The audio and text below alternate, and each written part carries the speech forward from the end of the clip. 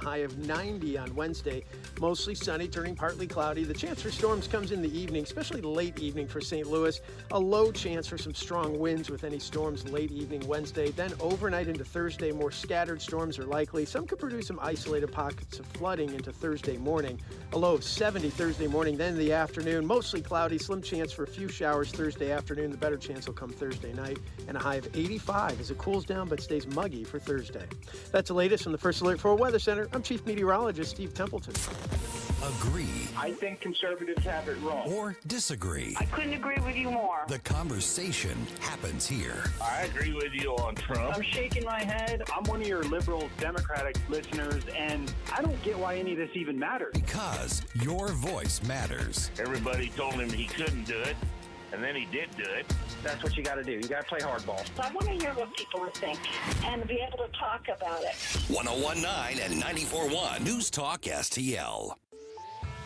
This is special coverage of Missouri Decides 2026. Brought to you by Fast Signs in Bridgeton, 21 Recycling in House Springs, Gemini Wealth Group, and Freddy's Market.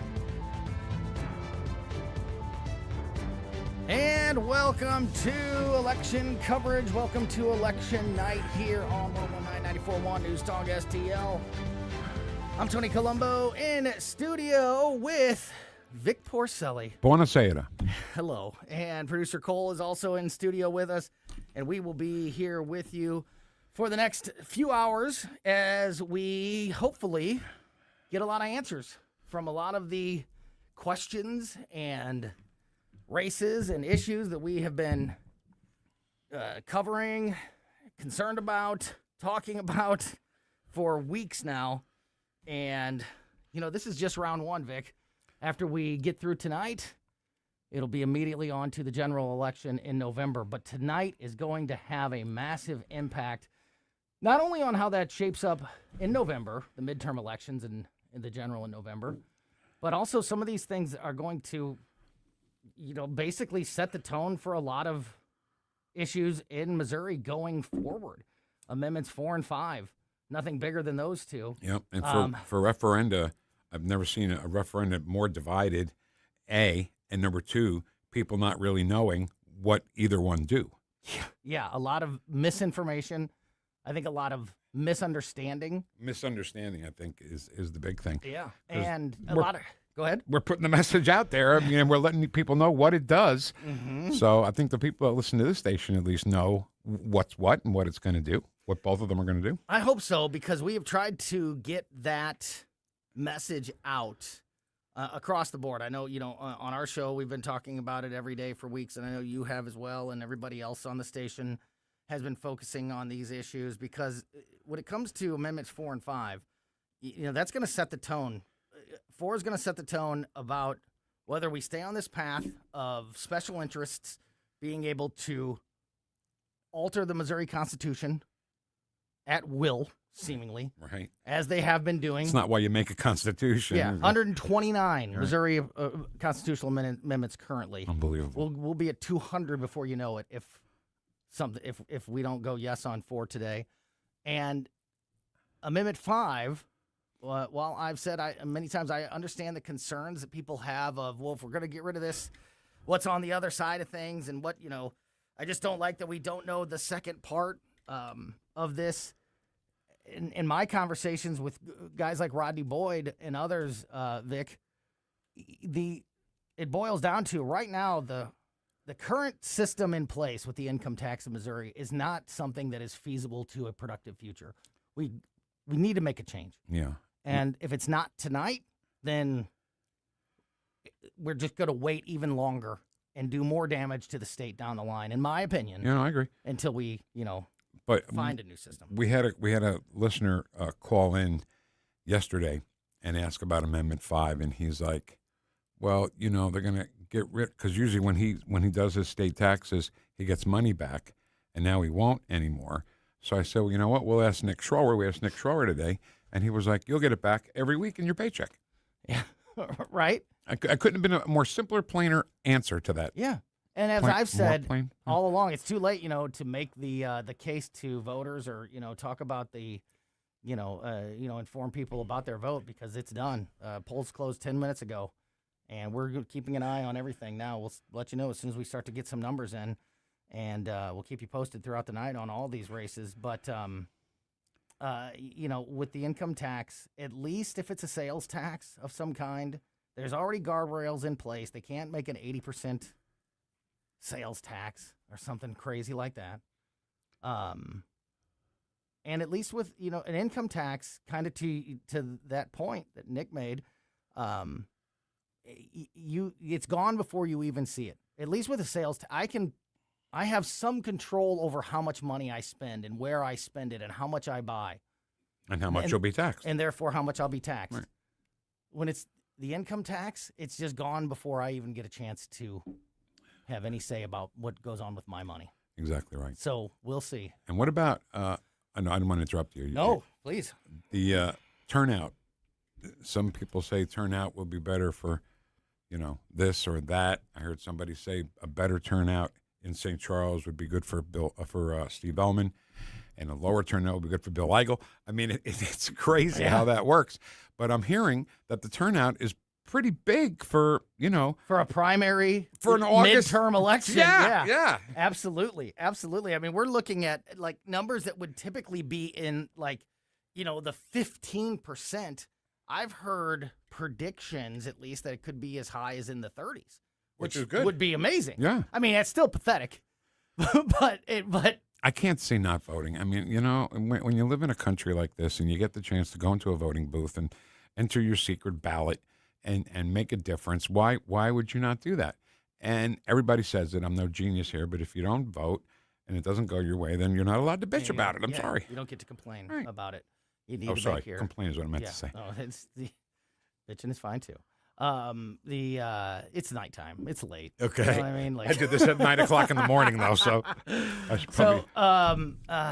So there's a lot of this on the line today with these statewide amendments. There's also the very local races that are going to be important. We've got the county executive race, Republican primary in St. Charles County. We've got the county executive race in St. Louis County. We've got other things like Jeff Coe? You were talking about Corey Bush. Yeah. We were talking about some of the Corey ads right Bush. before. Yeah. Corey Bush. That race has gotten more national attention than anything happening in Missouri tonight. It sure has. Which kind of surprises me, and I guess we'll see. I didn't think that Corey Bush was still really popular even with city voters and county voters. I thought that they liked Wesley Bell, and they showed that in 2024. It'll be interesting to see if that race is really as close, or she's got, all these headlines about Corey Bush's comeback bid and, the comeback Get kid. back on the squad. Yeah. Like, really? Is that a thing? I don't know that Missouri voters, I don't know that St. Louis voters are ready Here's for one that. thing. But I guess we'll find out. You said the district and the city and the county. That's a weird district, that District 1, because it starts in the city and then somehow gets all the way up into Creve Coeur. I'm like, what the hell kind of a district is that? Well, redistricting and district maps have already been such an issue in Missouri and across the country. But it's going to be interesting. And, one more thing before we take this first break. And by the way, we're going to be checking in throughout the night. Like I said, we plan on being here until about 10 o'clock. Hopefully by then we have all these important things wrapped up. If there's something that looks like it's right around the corner, a big one of these happening, we'll stay if we need to get you all the information that we can get you tonight.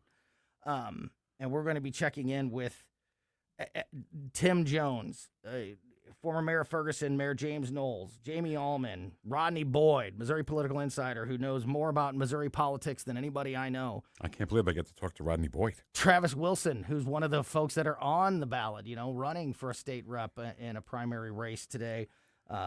Representative Wilson's going to join us. Former Missouri State Representative Justin Sparks, Chris Arps, Jonathan Heslop, Mike Ferguson. I mean, we're going to be going all over the place, talking to politicians, business owners, our great team here at News Talk STL to try to analyze these results from every angle as we go through the evening. So maybe we can call our friend Billy Crow too to find out what's going down in Jeffco. Yeah.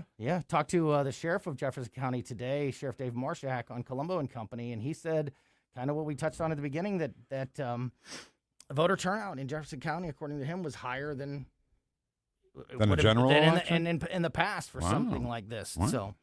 So nothing yet as far as specific numbers coming in from any of these races in Missouri. We're monitoring several different sites, including the Secretary of State website and some of the various county election websites as well. And we'll start to we'll report these numbers as we get them and as we go through this evening. We're going to check in with our first guest of this special election coverage. Mike, you always got to start with the morning guy because in morning guys, they have to go to bed early. Yeah. So you got to start with even in our Sopranos video that we made. Start with Ferguson Mike Ferguson. was first. Okay, so there you go. Yeah, some early numbers in on Amendment 4, which is not a good start. 79% no, 21% yes, but literally just in the hundreds of votes at this point. So I don't see a percentage, but that's 1% of the vote in. So there you go. We'll see if that type of pace holds through the night. Yeah. But we will keep you posted as we go through the evening. We're joined by Mike Ferguson from Mike Ferguson in the Morning. You're listening to special election night coverage here on 101.9 and 94.1 News Talk STL. Missouri decides 2026 on News Talk STL. Renewal by Anderson reminds you, if your home is a place where everyone gathers in the summer, you know how the little things matter. Sunlight coming through the window, the patio door constantly opening for kids, the front door welcoming everyone. Everyday moments deserve windows and doors just as beautiful as the memories you're making. And that's why so many homeowners choose Renewal by Anderson for beautifully crafted replacement windows and doors designed for lasting comfort, energy efficiency, timeless style. For a limited time, take $385 off every replacement window, $785 off every replacement patio or entry door. Flexible financing is available. Schedule your free Renewal by Anderson window and door diagnosis. Just dial pound 250 on your mobile phone. Say the keyword Windows. No phone number, no searching online. Pound 250, the keyword Windows.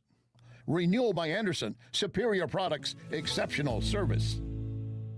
Jamie Allman here, tossing and turning over retirement worries. You're not alone. 3 out of 4 Americans share your concern about having enough saved. But here's the thing. A comfortable retirement isn't out of reach, even if you're planning for 30 or 40 years ahead. Every day, Jeff Portman from the Gemini Wealth Group helps people avoid the critical mistakes that can derail their retirement. Build your path to financial confidence. Visit GeminiWealthGroup.com or call Jeff directly at 314-888-0123. Securities and advisory services offered through LPL Financial, a registered investment advisor. Member FINRA, SIPC. Got scrap metal, junk cars, or old appliances taking up space? Turn that clutter into cash. Since 1968, 21 Recycling and Scrap Metal has been the area's trusted name for recycling. We buy copper, brass, aluminum cans, scrap iron, wheels, catalytic converters, AC units, water heaters, washers, dryers, and yes, junk cars too. With our brand new truck scale on premises, getting paid is fast and easy. Old Highway 21 by Highway M or 21-recycling.com. Here's my problem. Completely agree with your sentiments. He talks about we're divided. Well, yeah, we are. And we need to wake up as a country and realize what's going on. 101.9 and 94.1. #1 for conservative talk. News Talk STL. This is special coverage of Missouri decides 2026. Brought to you by Fast Signs in Bridgeton, 21 Recycling in House Springs, Gemini Wealth Group, and Freddy's Market.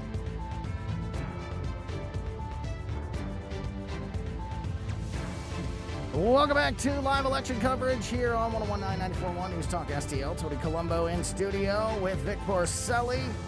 Just getting in some of these very, very early numbers, but the very first couple of percentage of votes coming in, specifically on Amendment 4 and Amendment 5, both showing that no on both of those, off to an early lead. Way too early to tell anything, but interesting to see if this is the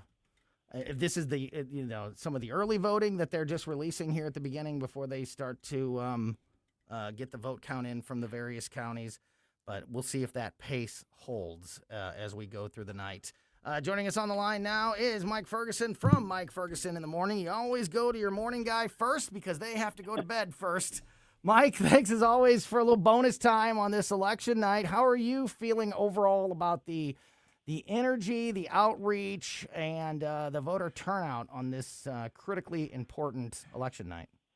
Yeah, the voter turnout, we spoke with Secretary of State Denny Hoskins this morning on the show. They're expecting almost a third of registered voters to show up around the state. And I know that hearing that 2/3 of the voters don't show up, that sounds like really, really, really pathetic. But the reality is, in a primary election, this could be the biggest turnout since 2004. So over 20 years.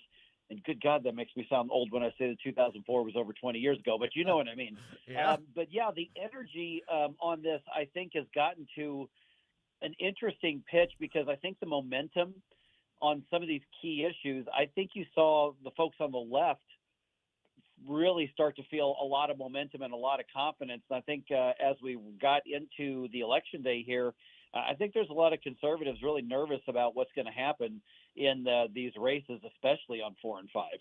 Are you one of those? Would you count yourself in that nervous crew? What are you feeling about? I've been talking, for weeks about how I feel like the narrative was controlled by the opposition to 4 and 5. They were so much more well funded. Their ads were all over the place, and I feel like the ones of us who were trying to get the message out of how important, for me specifically, Amendment 4 was. I felt like I was on my heels the entire time. How do you feel about that?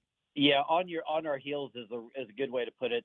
I've just accepted. I think Amendment 5 is probably going to lose. I'm telling you right now, it's going to lose. And my only worry is that it loses so bad that it pulls down Amendment 4 and puts us from starting from way behind the line of scrimmage on Amendment 3 come November. I'm still nervous about Amendment 4. I'm hoping for a miracle on that. I agree with you. That is the most important question on the ballot today. But there's an old saying in politics and campaigns that if you're explaining, you're losing. And the opposition to these, they don't have to justify their claims. They just made wild claims. And there were a couple fair questions in there, but they made wild, oftentimes dishonest claims. And then what happened is our side scrambled to try to explain, and look, here's a 10-point email and a big, long website you're supposed to look at, and we start using a bunch of economic terms. And in all candor, the messaging in the campaign for Amendment 5, particularly from a lot of the leadership and the lawmakers, it was just a mess, and it was too complicated.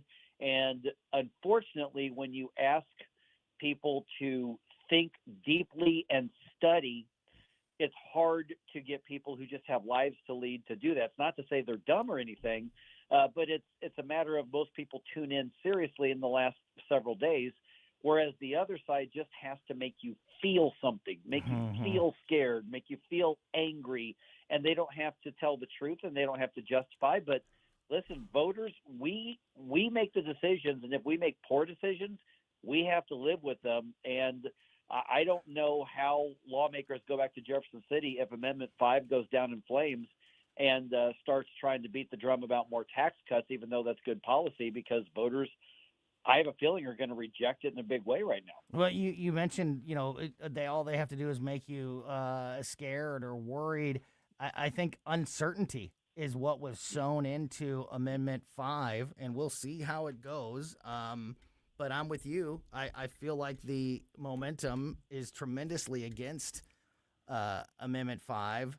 That the uncertainty, I think, and I want to get your thoughts on this. What was the biggest problem with the case for Amendment 5? Is it because we didn't have a solid answer on what comes next after the elimination of the income tax? Yeah, in some ways, it was the Republican version of you have to pass the bill to find out what's in it. To harken back to Nancy Pelosi. Yeah. And another part is, you kept hearing these claims.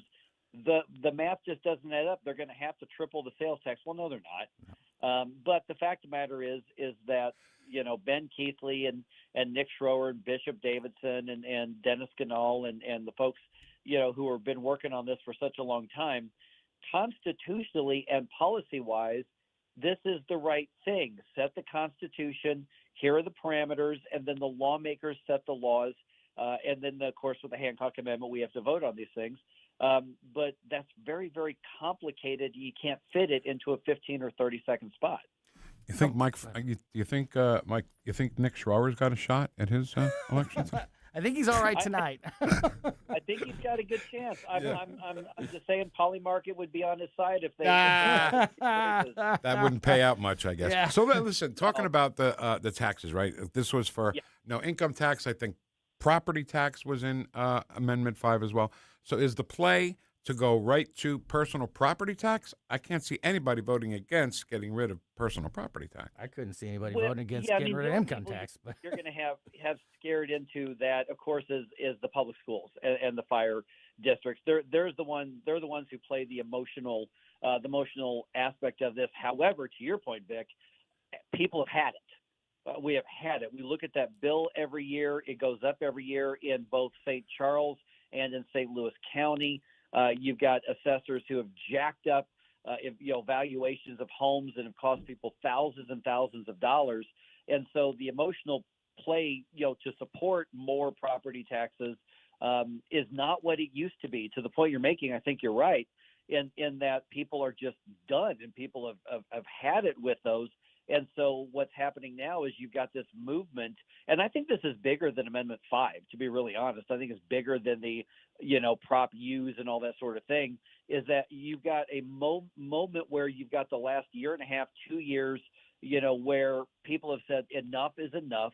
Government is spending too much money. My family comes before government. And then what happens is the big government left is suddenly saying, we've got to turn this tide around and we've got to find a way to do it. And I think that was as much what this election fight has been about in Missouri, even more so than any of the individual ballot proposals or candidates. Mike Ferguson from Mike Ferguson in the Morning every weekday starting at 5:30 a.m. here on News Talk STL. Now go to bed. Yeah, Mike, if they, no matter what happens tonight, obviously you're going to be all over it and unpacking it and reacting to it in the morning. And if it does go down that 5 and maybe also 4 don't pass tonight, it's going to really set a tone. It's going to really be an interesting approach that these lawmakers in Jeff City are going to have to take to try to, right the ship and come up with a better way to try to reach out to the voters. If these two things go down in flames tonight, it's going to have massive impact on the future. And I think it's going to make a lot of Republicans look in the mirror and say, how do we do a better job? Because this strategy obviously didn't work. But we'll see how it all plays out as we go through the evening, Mike. Thank you so much for your time. As always, we'll be listening tomorrow. You got it, gents. Talk to you later. Great stuff there. Mike Ferguson in the morning again. 5:30 a.m. That's right after I go to bed, Vic. You can keep it, man. I had a hard enough time getting here at 9 o'clock in the morning. Somebody who I know has been very passionate, very engaged in these issues, specifically Amendment 4 and Amendment 5, is News Talk STL contributor, the owner of Rockwood Lump Charcoal and Capriati Sandwich Shop, Jonathan Heslop. And Jonathan is in studio with us and will join the conversation next. Missouri decides 2026 on News Talk STL. For over 50 years, Freddy's Market has been Webster Grove's family tradition on Big Bend, serving up what matters most: quality you can taste and prices you can trust.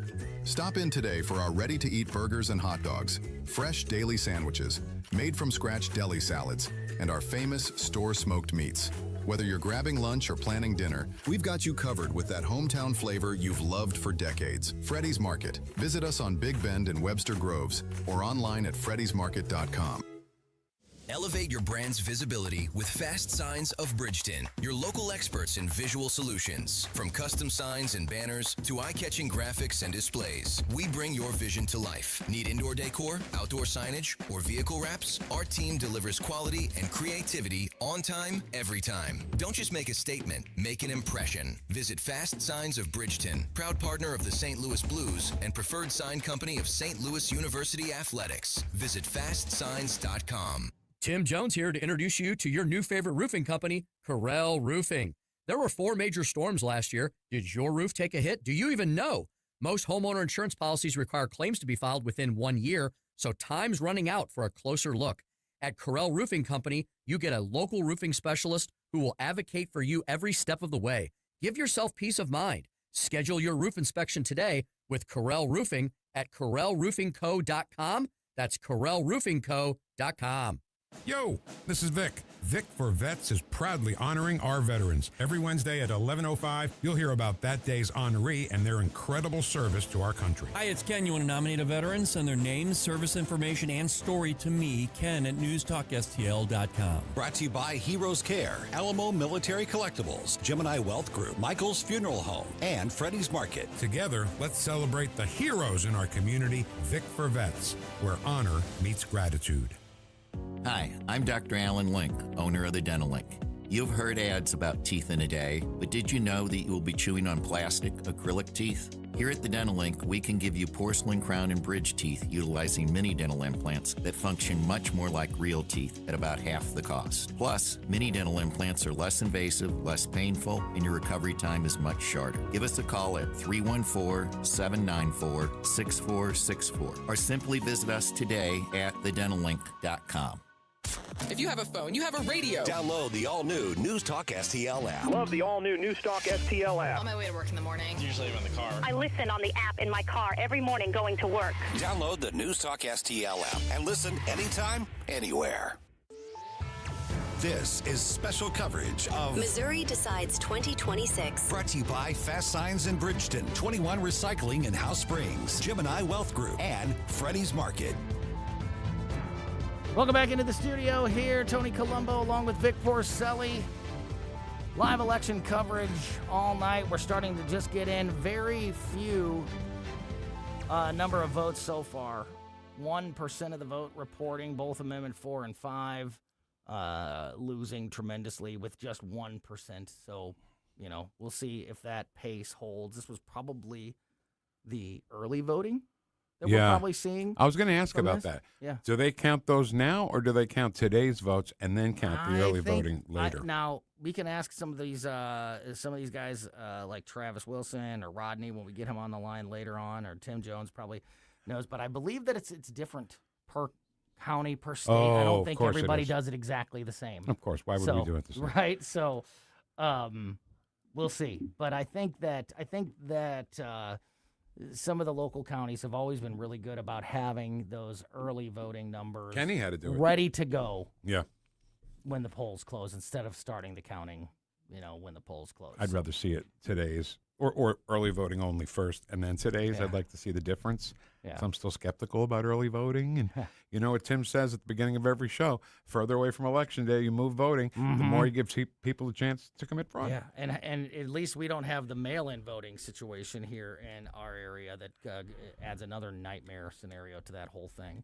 Going through this busy night, we've got lots of great guests coming up. As I mentioned, Travis Wilson, Justin Sparks, Chris Arps, all coming up in the next half hour or so. And right now, joining us live in studios, NewsTalk STL contributor from Rockwood Lump Charcoal and Capriati Sandwich Shop, Jonathan Heslov. Jonathan, you and I have talked a lot about 4 and 5 over the last several weeks as a multiple small business owner in St. Louis. These issues, like so many of the other, business owners across the area, are double important. Income taxes and all of these issues. How are you feeling today as these early numbers don't look so good when it comes to these issues? I didn't like the looks of this by the time that it went on the ballot. I mean, this is 2 months ago, going back to the amount of mail I started getting littered with, and my own group, the Realtors Association, attacking both of these like they were, and it wasn't looking good from the start. The narrative wasn't that. The arguments that the Republicans could come back with, like you said earlier, is just it was too wordy, and it was always on the defense. There really wasn't a plan there for 5 that you could refer to. It was kind of the trust us thing, and while I trust them, most people don't. And I brought in the one piece of mail that I got on voting yes on 4, and it's nothing but text on a postcard. And that's about it. I mean, it's otherwise it was, they're taking away your constitutional rights. And and 5% of liberals are going to stop anything in this state, and that's the exact opposite of what was happening. But it does hurt small businesses quite a bit. I mean, look back just a few years ago what the minimum wage did to us, and luckily, I mean, we're always going to have to be on the defensive now. That whatever they pass through IP next year, they're going to have to go in and try to clean up. Yeah. And then likewise, which is very difficult when it's in the Constitution. It's a much harder thing to tweak than regular. And here's the other problem too with them. Anything that we get passed that they don't like, they're just going to do an IP and do it a constitutional amendment, which is really going to wipe out anything. So it's like it was like the abortion thing years ago.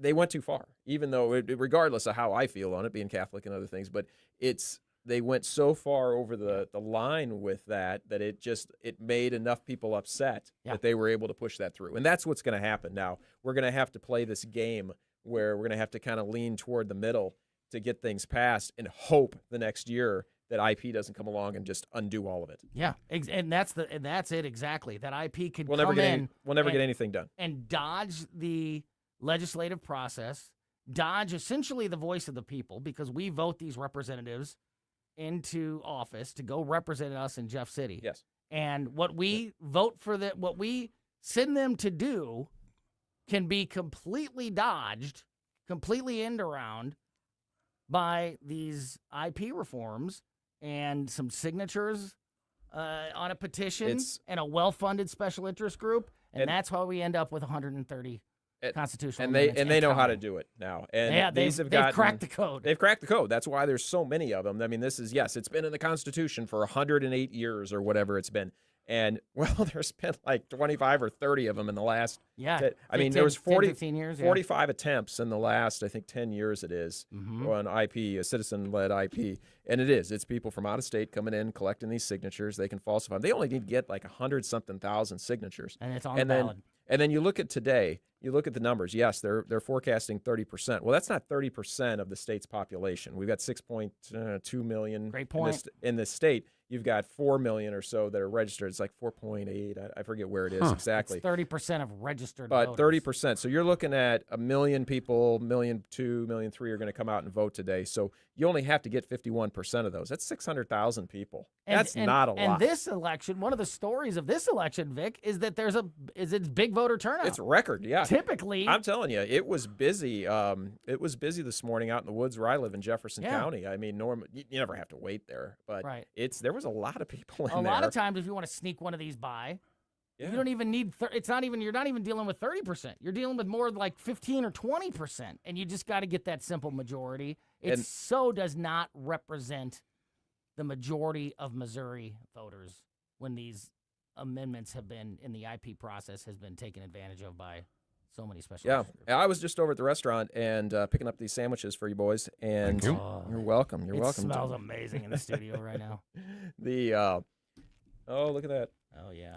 Yeah. What's that number? What was the percentage? Did you see it? 6% in. 6% on the top right. And no on Amendment 4 with 6% of the vote counted. And there's 5. 84%. Which is a little closer. Yeah. But still the same percentage, 84%. All right, this drives me It looks crazy. like a lot of people are. This is what we kind of predicted, that if you're a no on one of them, you're probably a no on the other one. So 5 could be dragging 4 down with it. It's kind of like if you like the Yankees, you like the Giants. Yeah. I was over at the restaurant, and people were coming in and telling me they just waited an hour to vote. Wow. Yeah, they'd waited an hour. So it's, people are out today. We'll see what the turnout is, but it is. It's not more than 1 million people are coming to vote, and that's sad. And that's a problem for us on the Republicans, that it was so important, and we couldn't even, we'll see what comes out of this, but it sounds like we didn't rally enough of our people to go out and vote. I mean, it's so easy. John, let me ask you a question. You showed us that Amendment 4 mailer that you got. Yes. That's for yes, right? That's for yes. Okay, that's one of the only things I received. Did you one get of the few things I've seen? Did you get a lot of mail for no? Oh yeah. I got a lot of mail. I got daily emails from the Realtors Association asking me to come over and hold picket signs and pick up yard signs, all kinds of things. What would you classify the Realtors Association as? A special interest group? Oh, yeah. And they were hardcore. They gave a lot of money to Claire McCaskill, and she was one that was for real estate tax. Yeah. All right, let me ask a couple questions here, maybe ignorant questions. So you got many no Amendment 4 mailers, 1 for Amendment 4 mailers. So obviously more money spent on no than yes, right, in the campaign. So this is where the ignorance comes. George Soros, part of that?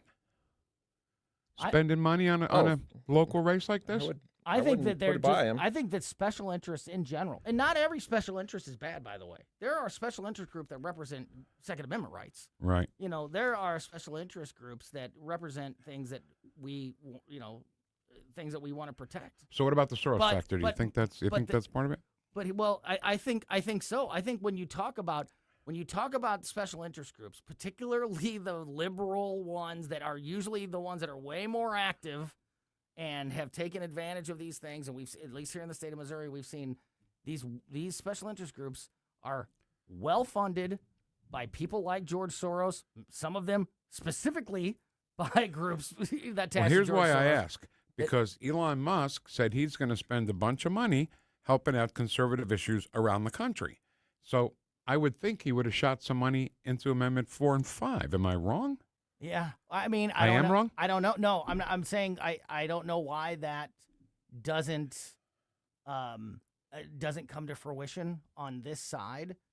It's also really sad that it has to. Yeah. Kind of to your point, Jonathan, like, where was the mess? Where was the communication?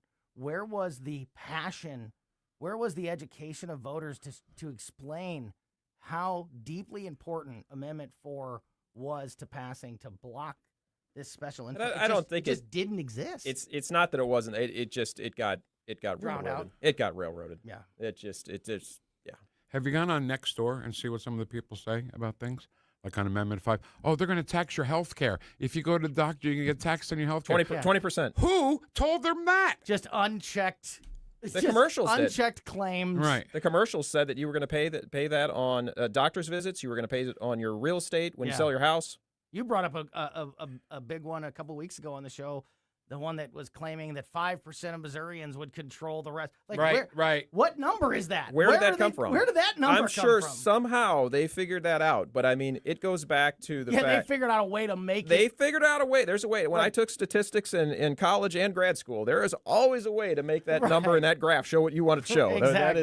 That was the main part of the course. No matter how statistics highly unlikely or next to impossible that scenario ever would be. It's possible. I guess it's possible. But, yeah. Jonathan, before we run out of time here, talking to Jonathan Heslop, News Talk STL contributor from Rockwood Lump Charcoal and Capriati Sandwich Shop. You have your own special guest here with a part of the conversation. I've got my 4 boys here watching. I brought in my oldest. 4 boys! I've got my oldest son, Jay. He's going to be a senior at St. Louis U High. He's bigger than you, And, yeah, he is. He's taller than me. How that? Eating all those Capriati sandwiches. So he grabbed this out of the newspaper the other day, and I was impressed. So I brought him in here to mention what was on the front page of this newspaper here. Go ahead and read it off. Yeah, what do we have here? Rockwood School Board shares concerns on Amendment 5. And then the next page. Rockwood administrators receive pay increase. What? So they're concerned. They're trying to say, like, hey, we're not going to be able to pay our teachers if we pass Amendment 5 and at the same time. Yes. Oh, by the way, we're paying ourselves. This is out of the Eureka Leader paper, which is the Jefferson County paper. And look at here. Look, how much are they paying them?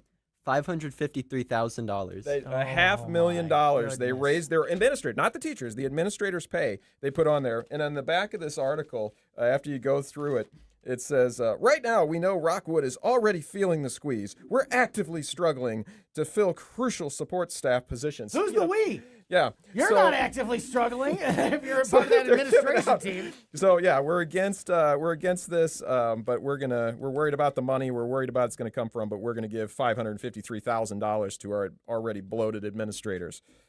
Pretty wild. Yeah, that is pretty wild. But that is exactly what has been the case throughout this entire election season to this point. It was a popular thing to do. Just like on the Democrat side, if you hate Trump, that is you're in the club when you're going to get the vote from them. Mm-hmm. If you do that. On the other side too, it's like hating on data centers. I don't know much about those things, But if you don't like data centers, you are definitely in the majority to get votes. It's not, and it's that issue is just not an absolute. Like so many of all these issues, there's so much nuance and context to data centers. There's a lot of negative things that you got to be careful of. But also, you don't want to just hand away all that responsibility and those jobs to other places. Well, I was in a meeting with a local constructor of data centers, and somebody asked him that question before I could. What's the deal? And he goes, "It's just a popular thing." He says they screwed some up out in the Arizona and New Mexico where they were using like 1 million gallons of water a day or something, and it dragged on things. He goes, "There's all these regulations now," and they had just built the one down in Festus that had all of the problems down there that they were trying to recall the mayor and everybody about it. He says, "We built this thing far away. The electrical grid's fine." He goes, "The amount of money that this is going to bring this town that they couldn't do with Walmart or anything else." He said, "It's going to be a great tax base for them and bring them all kinds of money. And plus, it's security for this country to have our data centers in this country and not in China." And he goes, all this negative stuff that's coming out about him, it's coming from China. I mean, granted, he builds these things for a living, so he wants to be on the pro side of it. But that was the argument about it, and it made a lot of sense. And the other thing he talked about, he goes, if Toyota came in here and wanted to build a plant down there, they would be dancing in the streets and have a parade for him. He goes, the amount of pollution that an auto plant brings to a town with the water and the emissions from all the epoxies and the glues and the paint and everything else, he goes, they're terrible for the environment. And he goes, but everybody rallies, everybody's happy. He goes, this should be the thing with data centers. But I just think people don't know enough about them right now. It's a popular thing to hate on. Yeah. So hopefully they work out. Jonathan Heslop, thank you for coming in. Thank you for the sandwiches. Thank you. You're welcome. I wanted to bring something bright into your otherwise sad night here. So well, listen, I appreciate all the insight. Hearing from local business owners is just and voters is just as important as the politicians. I think this will be a wake-up call. This will be a game plan for next year. Yeah, great stuff. Thank you. Jonathan Heslop from Rockwood Lump Charcoal and Capriati Sandwich Shop. You're listening to election coverage. We're still waiting for some numbers, any numbers in some of these races, like the St. Charles County executive race, some of the St. Louis County races also still don't really have very many numbers in, just 6% in on Amendments 4 and 5. Hopefully we'll start to see these numbers start to add up and roll in, and we'll keep you up to speed on all these elections as we get these results. As we roll through the night, we're going to be joined by Chris Arps from the Tim Jones and Chris Arps Show. He'll join the conversation with Vic and I next. Missouri decides 2026 on News Talk STL. Looking for unbelievable deals? Stop by Overstock Outlet in Lake St. Louis or Warrenton. Open 7 days a week. Discover big savings on a huge variety of merchandise with no hassle. Just great prices. Visit us in Lake St. Louis on Highway N or in Warrenton on Boones Lake. Check out our Facebook page at Overstock Outlet Lake St. Louis or go online to OverstockOutletSTL.com. Unbeatable value, friendly service, and you never know what we'll have at Overstock Outlet. Tired of big corporate repair shops? J&J Auto & Tire is family-owned and St. Louis proud. 16 years of honest answers, even when it's not what you want to hear. Digital inspections sent straight to your phone, videos and photos of exactly what we found. No guesswork, no pressure, just a trained service advisor helping you make the right call. Contactless drop-off, loyalty rewards, fleets welcome. All backed by a 2-year, 24,000-mile warranty. J&J Auto & Tire on Page and Overland. Honest repairs, real people. Book today. JamandJAuto.com. Jamie Allman here, tossing and turning over retirement worries. You're not alone. 3 out of 4 Americans share your concern about having enough saved. But here's the thing. A comfortable retirement isn't out of reach, even if you're planning for 30 or 40 years ahead. Every day, Jeff Portman from the Gemini Wealth Group helps people avoid the critical mistakes that can derail their retirement. Build your path to financial confidence. Visit GeminiWealthGroup.com or call Jeff directly at 314-888-0123. Securities and advisory services offered through LPL Financial, a registered investment advisor. Member FINRA, SIPC. Got scrap metal, junk cars, or old appliances taking up space? Turn that clutter into cash. Since 1968, 21 Recycling and Scrap Metal has been the area's trusted name for recycling. We buy copper, brass, aluminum cans, scrap iron, wheels, catalytic converters, AC units, water heaters, washers, dryers, and yes, junk cars too. With our brand new truck scale on premises, getting paid is fast and easy. Old Highway 21 by Highway M or 21-recycling.com. News Talk STL. This is special coverage of Missouri Decides 2026. Brought to you by Fast Signs in Bridgeton, 21 Recycling in House Springs, Gemini Wealth Group, and Freddy's Market. Welcome back into the studio here at News Talk STL. Tony Colombo and Vic Porcelli with you on this election night. Watching some of the early numbers come in. Very early, but not looking good for Amendments 4 and 5 with 6% of the vote in so far. It's 84% no on both of those issues. An interesting race developing when we talk about state representative for District 97 and the Republican side there. You know, there's not a whole lot of Republican primary. There's a lot of folks like Nick Schroer, we mentioned earlier, you know, running unopposed. But where there are primary races tonight, there's going to be some really interesting results and interesting races to watch. We're obviously waiting to get some kind of information from the St. Charles County Executive Republican primary. District 97, David Castile versus David Robertson. With 18% of the vote in Robertson ahead of the incumbent David Castile there with 61% of the vote to about 39% of the vote. But still very early in a lot of these races. I think a lot of the numbers that we're seeing to this point have to do with the early voting numbers.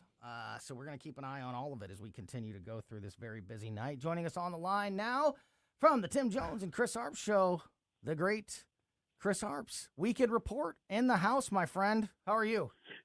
Good evening, Tim. I almost called you Tim. That's all right, Tony babe. Colombo, king of election night coverage. This is such Hey, an honor for me. he Thank stole you that for from me. Well, listen, buddy, I couldn't do it without you, and I can't do it without Vic. And Cole is our producer in the studio here today. So, we're just starting to get a peek at some of these things. Like Amendment 4 and Amendment 5, definitely not off to a great start at all for either one of those things. Still waiting for some numbers for some of these other key races, Chris. How do you feel about the way that things are shaping up tonight at this early stage? Well, I had on the show at 5:20 David Barklage, who is the premier Republican consultant in Missouri. He was working in opposition to Amendment 4 and 5. And his polling showed that Amendment 4 and 5 is probably going to go down 2-1. The early results show that it's not getting off to a good start, so he could be correct in that assessment. Yeah, it's even worse than that at this point. 7% of the vote in, both at 80. Both no on 4 is 83.1%. No on 5 is 83.7%. Again, that's just 7% of the vote in, but that, you've done this enough, Chris. You and I have done this many times. Watch these these numbers come in. Definitely there can be a big change in momentum, but, a lot of times you kind of get an idea of the way that the pace is being set pretty early on, and it's really ugly right now for 4 and 5. Look, I've been in enough races where when the early results came in and they were really, really lopsided, it was going to be a long night for your candidate or for that ballot initiative. I don't see, even though only 7% of the vote is in, I don't see Amendment 4 or 5 making up that much ground, even though it is still early. But that's a big indicator when you see a huge, huge lead early. Usually don't make up that difference. All right, let's talk about St. Charles. Hi, Chris. How are you, my friend? Vic, you still up? I thought you'd be. What is that supposed to mean? No, I'm just kidding. Let's talk about the St. Charles County executive race. Only 2% in, but Steve Ellman 2-1 over Bill Eigel. He's got 5,608 votes. Bill Eigel 2,749. Now we talked about turnout, Chris. Does a big turnout help Eigel, or does a big turnout help Ellman? You know what? I think a big turnout helps Bill Eigel because Bill Eigel has painted himself as kind of a populist. This is a populist election, and it's a populist kind of political climate. You see that on the left and on the right. I wouldn't put too much stock in those early numbers. There's probably a lot of precincts that are for Bill Eigel have not come in yet, so I would hold off on thinking that Steve Ehrmann is cruising his way to victory. I know this from firsthand experience when I worked on Bill Corrigan's St. Louis County executive race in 2011. And he had a pretty substantial lead throughout the whole night. And then the North County votes came in, and we just gradually saw that lead dwindle until he was behind. He ended up ultimately losing. Chris, interesting update here. The first time we've seen numbers out of the congressional race for District 1. I mentioned all this national media. The most covered Missouri race that I've seen in the national media is Cori Bush's bid to come back to Congress. 16% of the vote in. Leslie Bell was 76.8%. Wow. Still very early there, but maybe not so much for the comeback kid, Cori Bush. Yeah, she's going to have an uphill battle again. But as I said earlier, you have to wait until North County and North City come in. Those are usually the last ballots to come in. But that's a pretty substantial lead early in the race. You know, I said during the weeks leading up to this election, I think Cori Bush was making a huge mistake. If you look at all the other blue wave DSA candidates, they kind of created a broad coalition of, your white educated, female educated voters, kind of your DSA socialist types. I didn't see Cori Bush really trying to attract those type of people. If you went to her Facebook page, if you saw all of her advertisements, she was focusing on trying to get the black turnouts, North City, North County. That's where she seems to put most of her eggs in her basket. And I don't think that's going to be enough to overtake Wesley Bell. Another factor I think that Cori Bush just had going against her, she's just not very likable. Yeah, you tell me about it. Tell me about it. I never thought that. I didn't think that she had this momentum that that all these news agencies were trying to act like she had. And at least if the early vote is to be believed, she definitely does not have that momentum. But we'll keep an eye on that race and all these others as we go through the night. And I tell you too, Tony, I think that if the DSA leaders, the socialists, would have thought that she would have had a chance, I think you would have seen AOC in your campaign. That's a great point. We would have seen more, participation from the party in the St. Louis area if they really thought that was legit. Chris Arps will be listening tomorrow afternoon, every afternoon, 4 to 6 p.m., the Tim Jones and Chris Arps Show. Thanks so much, buddy. Look forward to talking to you again soon, and we'll be listening tomorrow. Hey, and don't keep Vic up too late. I'll try not to. What's with keeping Vic up too late? Somebody that knows what it's like to deal with Missouri politics, former Missouri State Representative Justin Sparks joins our election coverage next. Does Cori Bush know that Wesley Bell is black? Missouri decides 2026 on News Talk STL.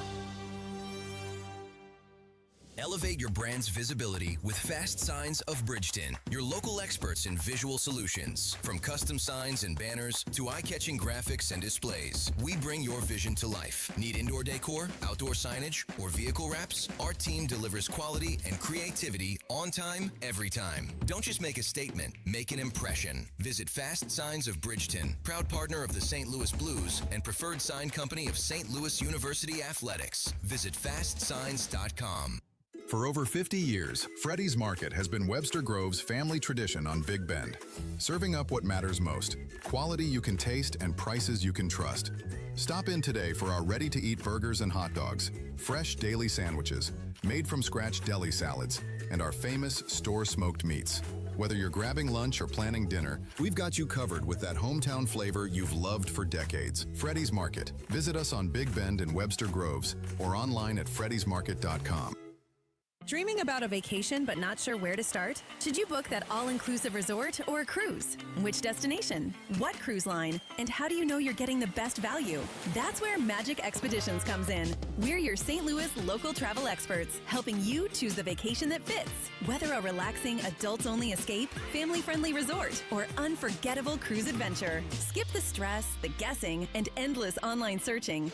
Visit magicexpeditions.com. That's magicexpeditions.com. It's a pretty simple concept. It is clear to me. Let me make this clear.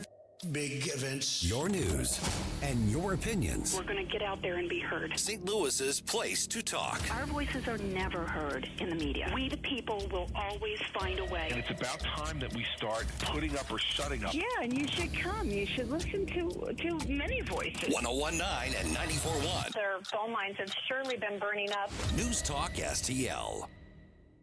KLGY HD3 Clayton, K270BW Bellefonte, KNBS Bowling Green. This is News Talk STL at 101.9, 94.1, and always streaming at NewsTalkSTL.com. Carrying ammunition and with a gun in his car was arrested Sunday at President Trump's Los Angeles area golf course after appearing to monitor security preparations 2 days ahead of Trump's fundraiser there.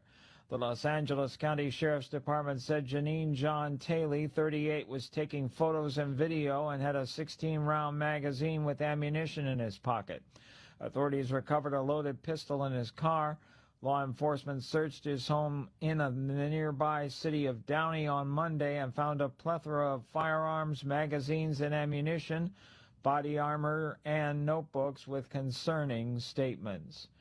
Chipotle Mexican Grill is removing jalapenos from some of its restaurants. Jalapenos could potentially be tied to a salmonella outbreak. The Minnesota Department of Health confirmed an outbreak there is tied to several Mexican-style quick-service restaurants, and jalapenos are the suspected source. Officials identified 110 cases in Minnesota, with Chipotle involved in most. Chipotle says it pulled the jalapenos out of an abundance of caution and replaced them with products from a different grower in all locations. Symptoms of salmonella poisoning include diarrhea, fever, severe vomiting, dehydration, and stomach cramps. But infections can be more severe in young children, older adults, and people with weakened immune systems. I'm Ed Donahue. Michigan will offer the country its clearest gauge yet on the direction of the Democratic Party. Although there have been similar contests around the country, this one will hold extra weight because Michigan is a key state in presidential races. Abdul El Sayed, backed by Senator Bernie Sanders, is up against four-term Representative Haley Stevens, supported by Senate Democratic leader Chuck Schumer. More on these stories at townhall.com. Progressive knows you could have easily taken the freeway, but you took the scenic route to see a waterfall and an oddly busy boiled peanut stand. Discovering the unexpected is exactly why you bought an RV, so protect it with a bundle from Progressive. Because although you may be 3 hours behind schedule, you're 6 jars of jam richer and possibly enrolled in a butter-churning workshop. Switch to Progressive and protect your RV, boat, or motorcycle by bundling with your home or auto insurance. Progressive Casualty Insurance Company, affiliates, and third-party insurers. Not available in all states or situations. Hey, y'all, I'm Willie Robertson. And I'm Corey Robertson. We partnered with Echo. It's a new platform, not just streaming. Movies and series that are safe for your family. I love a podcast. Plus, Echo Daily Devotionals. Echo. Hey, Willie, what is Echo? Echo is my pet squirrel. Okay, now, Echo is not just faith-friendly, it is faith-driven. Be a part of something better. Echo. Echo. Where I want to be. That's EKKL.com. Subscribe now. A decision that impacts border wall construction, correspondent John Scott reports. From the News Talk STL Weather Center. I'm First Alert 4 Chief Meteorologist Steve Templeton. Another near-normal hot day on the way Wednesday with some storms, too. A low of 71 and a high of 90 on Wednesday. Mostly sunny, turning partly cloudy. The chance for storms comes in the evening, especially late evening for St. Louis. A low chance for some strong winds with any storms late evening Wednesday. Then overnight into Thursday, more scattered storms are likely. Some could produce some isolated pockets of flooding into Thursday morning. A low of 70 Thursday morning. Then in the afternoon, mostly cloudy. Slim chance for a few showers Thursday afternoon. The better chance will come Thursday night, and a high of 85 as it cools down but stays muggy for Thursday. That's the latest from the First Alert 4 Weather Center. I'm Chief Meteorologist Steve Templeton. This hour of News Talk STL brought to you by Window World of St. Louis. For replacement windows, doors, and siding, call 800-GET-WINDOWS. That's 800-GET-WINDOWS. Jamie Allman here, tossing and turning over retirement worries. You're not alone. 3 out of 4 Americans share your concern about having enough saved. But here's the thing. A comfortable retirement isn't out of reach, even if you're planning for 30 or 40 years ahead. Every day, Jeff Portman from the Gemini Wealth Group helps people avoid the critical mistakes that can derail their retirement. Build your path to financial confidence. Visit GeminiWealthGroup.com or call Jeff directly at 314-888-0123. Securities and advisory services offered through LPL Financial, a registered investment advisor. Member FINRA SIPC. There's always something to celebrate in Augusta, Missouri, just 1 hour from St. Louis. Every season brings festivals and special events you won't want to miss. Hop the free trolley to 10 wineries in America's first wine district. Bike the Katy Trail and explore historic small-town charm. Make Augusta your next getaway. Find events and cozy B&Bs at visitaugusta-chamber.org. Coming soon, the return of the Defiance Roadhouse. Located on Highway 94 along the Missouri River, this long-standing fixture is known for its biker-friendly atmosphere, live music, and decades as a beloved community gathering place. Rev your engines and stand by for the grand opening, early September. The Roadhouse is back. Fall means the return of Mizzou football. And this year promises another great season of SEC action. There's no better place to catch every game than Harpo's in Chesterfield. With its excellent sports bar atmosphere and the best patio in West County, Harpo's is your Tiger headquarters. Harpo'sSTL.com. Hey, when pests invade your home, you need someone you can trust. It's Jamie Allman here, and at Buckingham Pest Control, they're not just your exterminators, they're your neighbors and friends. A locally owned family business and St. Louis Magazine A-List award winner, providing affordable, quality pest control. Plus, they offer energy-efficient TAP attic insulation, the only insulation that controls pests. BuckinghamPestControl.com. That's BuckinghamPestControl.com. This is special coverage of Missouri Decides 2026. Brought to you by Fast Signs in Bridgeton, 21 Recycling in House Springs, Gemini Wealth Group, and Freddy's Market.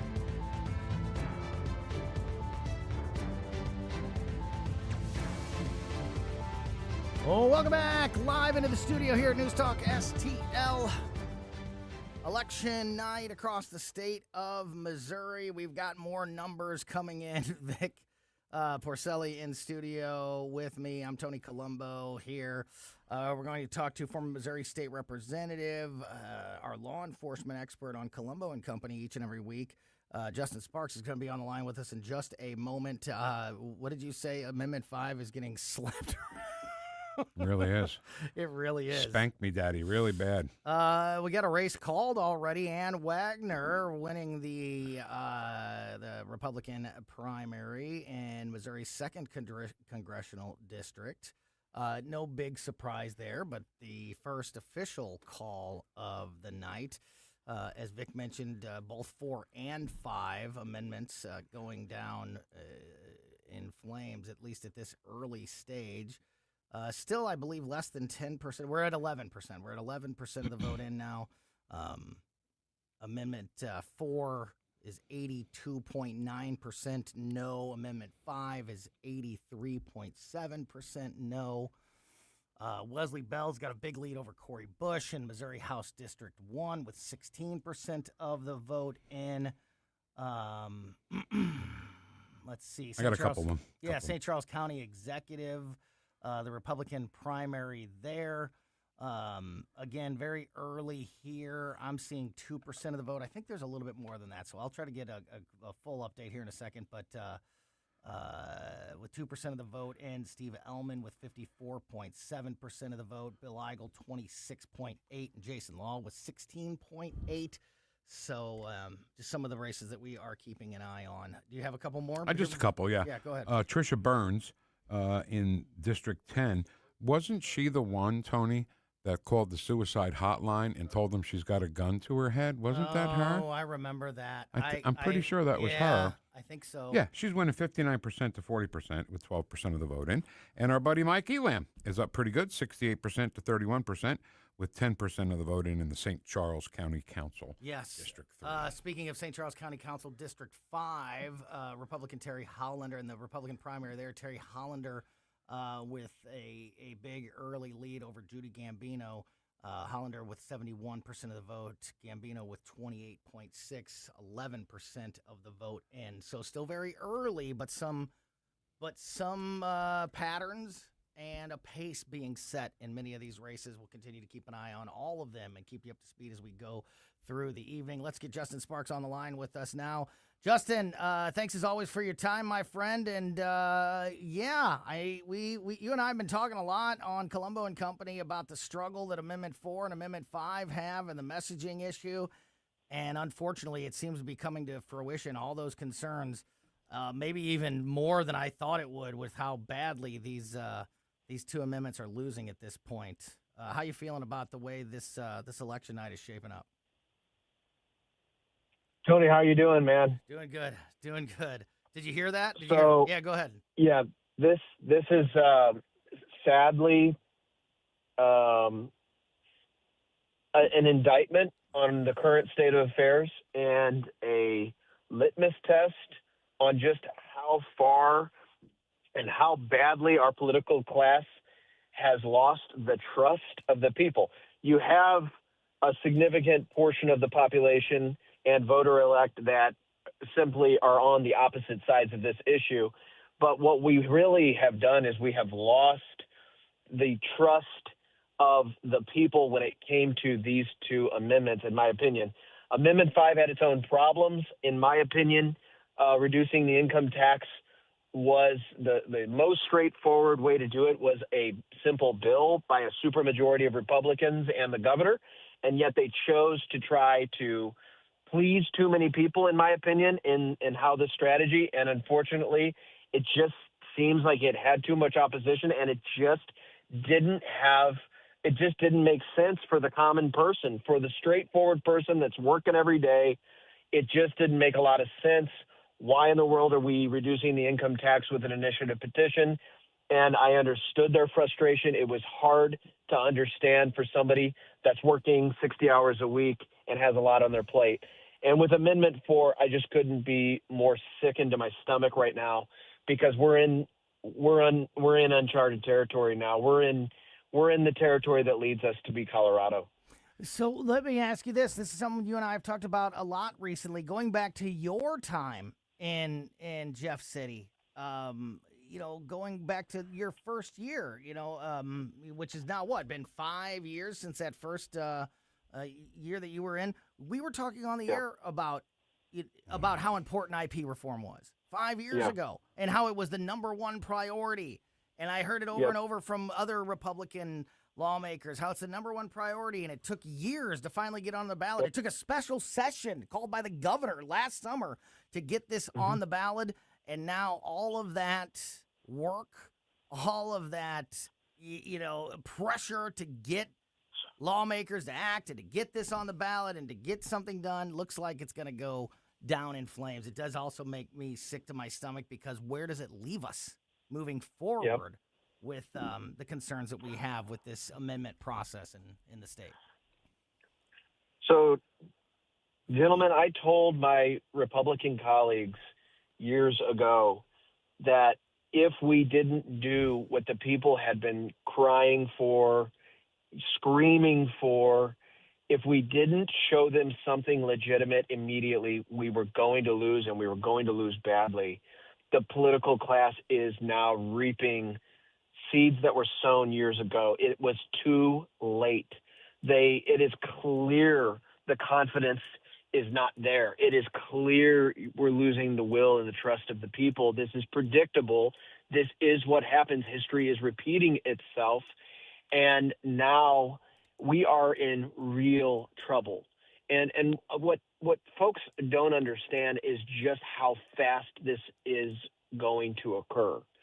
That the amount of money that is targeting and has been targeting Missouri to manipulate the Constitution and is waiting in the wings with over 100 different things to legislate through the Constitution and abuse the system, it is wild how chaotic and how fast this will occur, and there will be almost nothing we can do about it. This is a gut check moment. This is a moment for humility. This is a moment, honestly, for prayer for those of us that pray, because we're looking at a state that I know I'm sounding dramatic here. I can't be any more hyperbolic about this. This is a huge deal. This is talking about essentially emasculating and inoculating the power of the legislature. And there are plenty of people that love to see this. You have radical leftists that are going to be so happy that conservatives ate their own on Amendment 4, because that's exactly what happened. And folks don't realize the temperature and the climate of where we find ourselves politically in Missouri tonight. We're talking uncharted territory. So, hi, Justin. It's Vec. How you doing, man? Good to hear from you, brother. Thank you, baby. So, it's a huge deal, right? You just said that exact phrase. Huge deal. We knew it was a huge deal going into tonight. Now tonight we stand here and say, oh, my God, 4 and 5 are getting slapped around. Did we not see this coming? Was there no defense mechanism we could have done before tonight? Yeah, 100%. It's the same old story. Unfortunately, it's what it's what John Adams was afraid of, that our system of government breaks down and our constitutional republic only works for people that are righteous and good and moral, with a political class that is doing it for the right reasons. Okay, yeah, great. That's a big picture thing looking back at the founders. But it really is true. When you no longer have a political class that will do the right thing because it's the right thing to do, instead becomes overly focused on getting reelected and handing things out to people and special interests in order to maintain power, then this is exactly the result you get.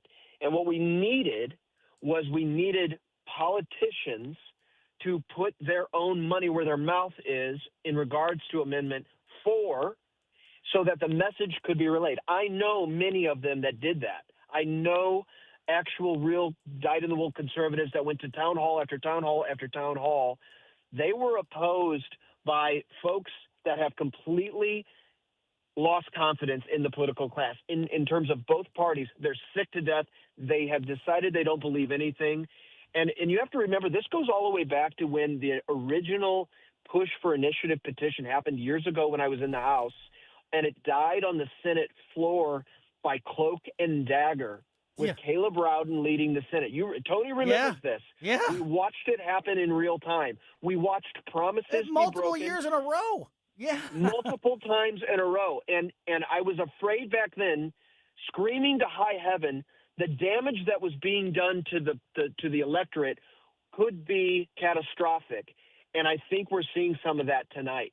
Yeah, one of the biggest concerns with all of this is that while some of these other races are shaping up in maybe ways that feel like are very positive and may give some hope, and you should have that hope and optimism for the future, the problem is that no matter how strong the legislative body is, and we know, Justin, that there's always a little bit of a question about the strength of the legislative body, with Amendment 4 not passing, and it doesn't look like it's going to, this allows an end around. This allows a workaround to the legislative process, to the representatives sent to the Jefferson City by the voters.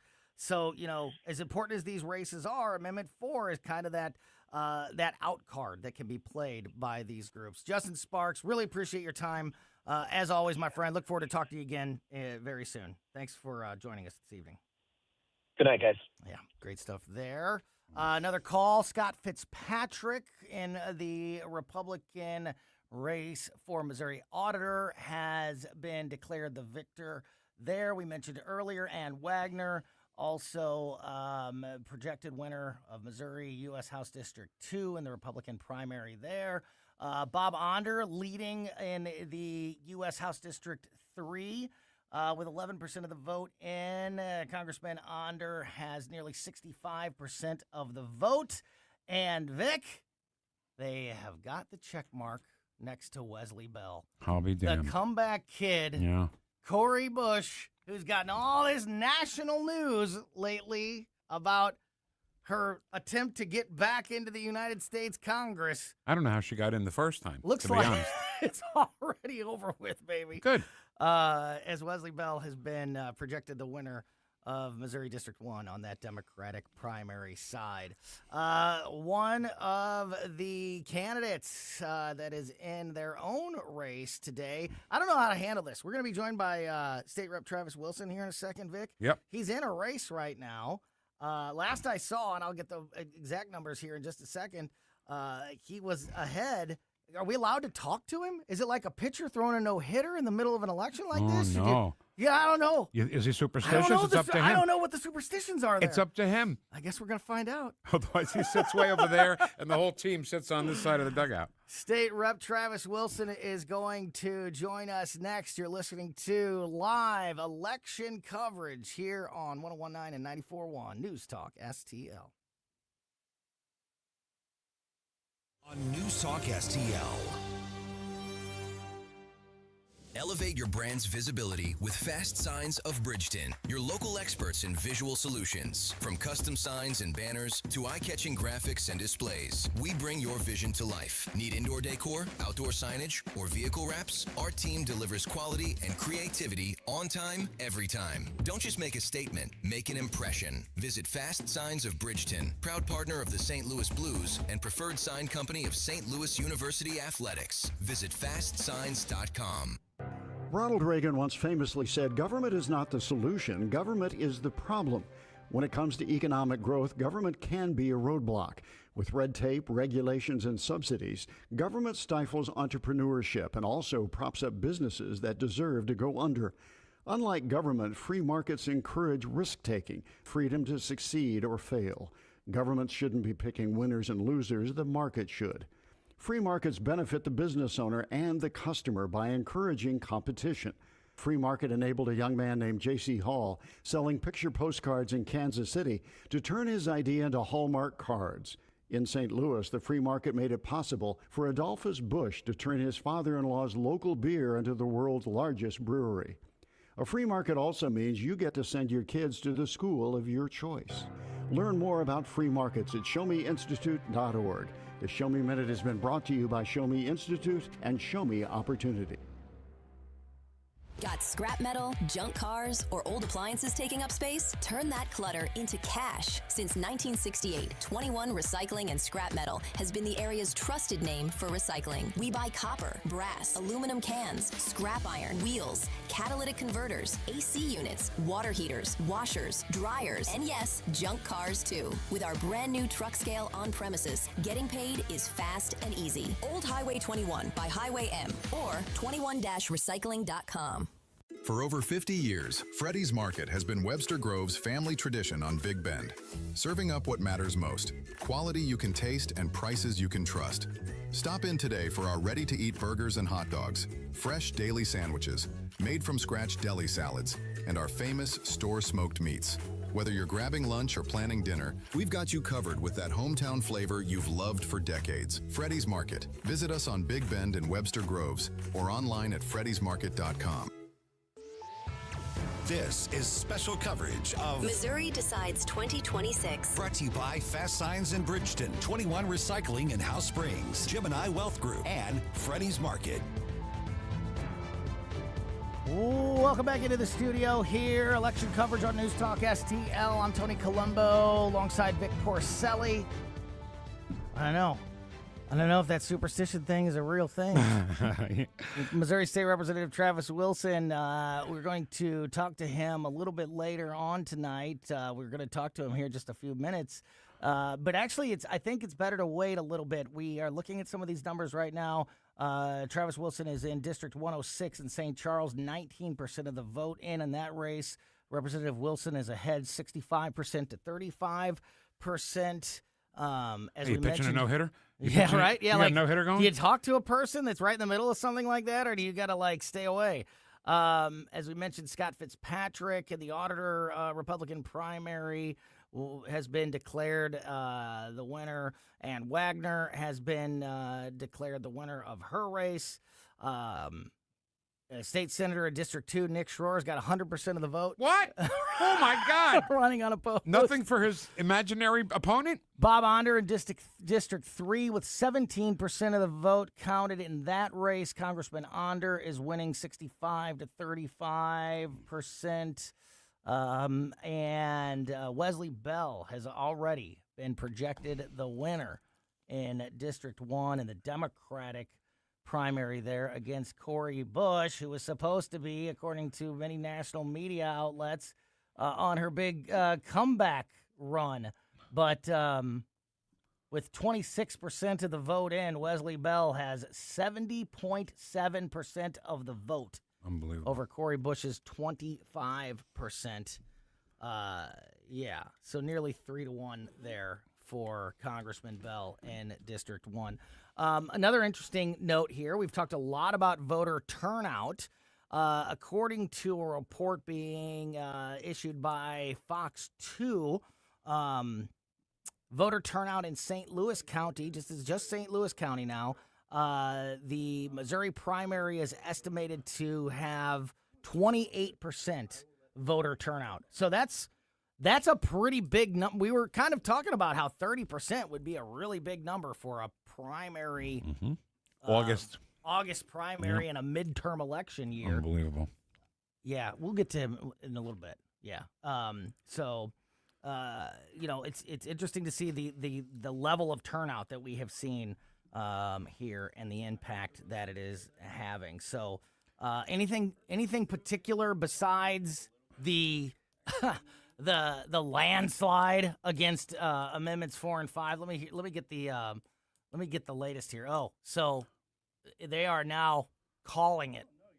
They are now projecting that it is over for both Amendment 4 and Amendment 5, with 18% of the vote counted for Amendment 4, 81.8% to the no. So Amendment 4 has failed. And Amendment 5 with 17% of the vote, 83, it's even worse, 83.6 on the no. So Amendment 5 has failed. That is a landslide. We'll see where it all shakes out. Maybe it gets a little closer as the night goes on, but that is amazing and makes my stomach hurt It's because back to the drawing board. we've handed the keys to the Missouri Constitution to the special interest groups. Yep. And I don't know who to be mad at. I don't know if I should be mad at the various PACs and special interest groups funding the lies that we've seen in the political ads. If I should be mad at the pro Amendment 4 crowd who didn't put up a fight for this. This can't be something. Or mad at the voters for not understanding what they're voting on, because I just cannot believe that if people truly understood that they would not vote for Amendment 4. Well, that's why I asked what I asked before when we were talking to Justin Sparks, that to get beaten this badly, both of those amendments get beaten that badly, we didn't see that coming. That just boggles the mind on why we didn't see it coming. And and maybe I'm ignorant, I don't know, but Elon Musk should have thrown a whole bunch of money into this. I don't know one person that would have said it would have been this bad of a right. landslide. Exactly right. So, a lot of people today were saying in the last 24, 48 hours, we're feeling that Amendment 5 was in big trouble. And a lot of people that I was talking to on and off the air were predicting that Amendment 5 wouldn't make it. Most of those people also thought that Amendment 4 was going to face a similar struggle, but to a person, everybody said, but there's a chance. Amendment 4 might have a chance. The reality is it had no chance. Well, that's what I'm saying. We should have known in advance and done something in advance and be on the offensive. Have you ever heard two guys from 9 to noon saying that? Be on the offensive to get it done before Election Day instead of sitting here crying and saying, oh, my God, we got killed. What did we do wrong? Well, you should have thought about what you did wrong before you did something wrong. Does that make sense? Yeah, absolutely. I'm going to tell a quick story. Did you vote today? I did. Where did you vote? Up in St. Charles? Which time? Oh, St. Charles County. Wow, look at him doing the old Democratic switcheroo. St. Charles County, St. Peters, baby. I just want to, just a quick story. We voted at Southwest Middle School, and there was nobody there. We just walked right in. But this is how stupid I am. I didn't know that the people that are the poll workers can't see your ballot. They're not allowed to see your ballot. Did Yeah. you know that? Mm-hmm. Well, I didn't know that. So one of the people on the one of the things was the county prosecutor or something, and there was no name. It said no one filed. And I showed the guy, look, if I had only known, you know, and my wife goes, no, he can't see that. Well, let me put it a little closer. If I'd only known, she goes, no, he's not supposed to see it. I was like, oh, okay. Oh, my God. So I got in trouble for that at home. Yeah. There's a lot to cover as we go through the night here. I want to bring in our Missouri political insider, Rodney Boyd. Can't wait for this. Nobody understands Missouri politics better than Rodney Boyd. Real quick, before we get to Rodney, I just want to do a quick update here. As we just mentioned, Amendments 4 and 5 have officially failed. Wesley Bell is the projected winner over Corey Bush. Let's see. St. Charles County executive race, 17% of the vote in. Steve Ellman continues to lead that race with 51.7% of the vote. Bill Eigel at 29%. Jason Law at 17%. Adam Wagner has won her race. In St. Charles County Council District 3, Mike Elam leading big time, 68% of the vote in that race. District 5 on the county council, Terry Hollander leads over Judy Gambino, 70.7% to 29.2%. I mentioned Ad Wagner's race was called. So has been Wesley Bell, and there's another one that I know has been called also. As I look, Nick Schroer, I think. Nick Schroer has won his unopposed race. Scott Fitzpatrick, Missouri auditor, in that Republican primary there, has been declared the winner in that race as well. So that is an update. Bob Onder continues to lead in House District number 3. The congressman leading that primary, 65% to 34%.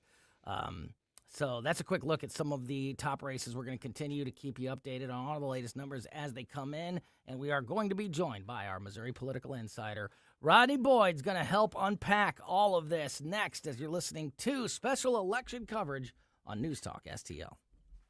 Missouri decides 2026 on News Talk STL.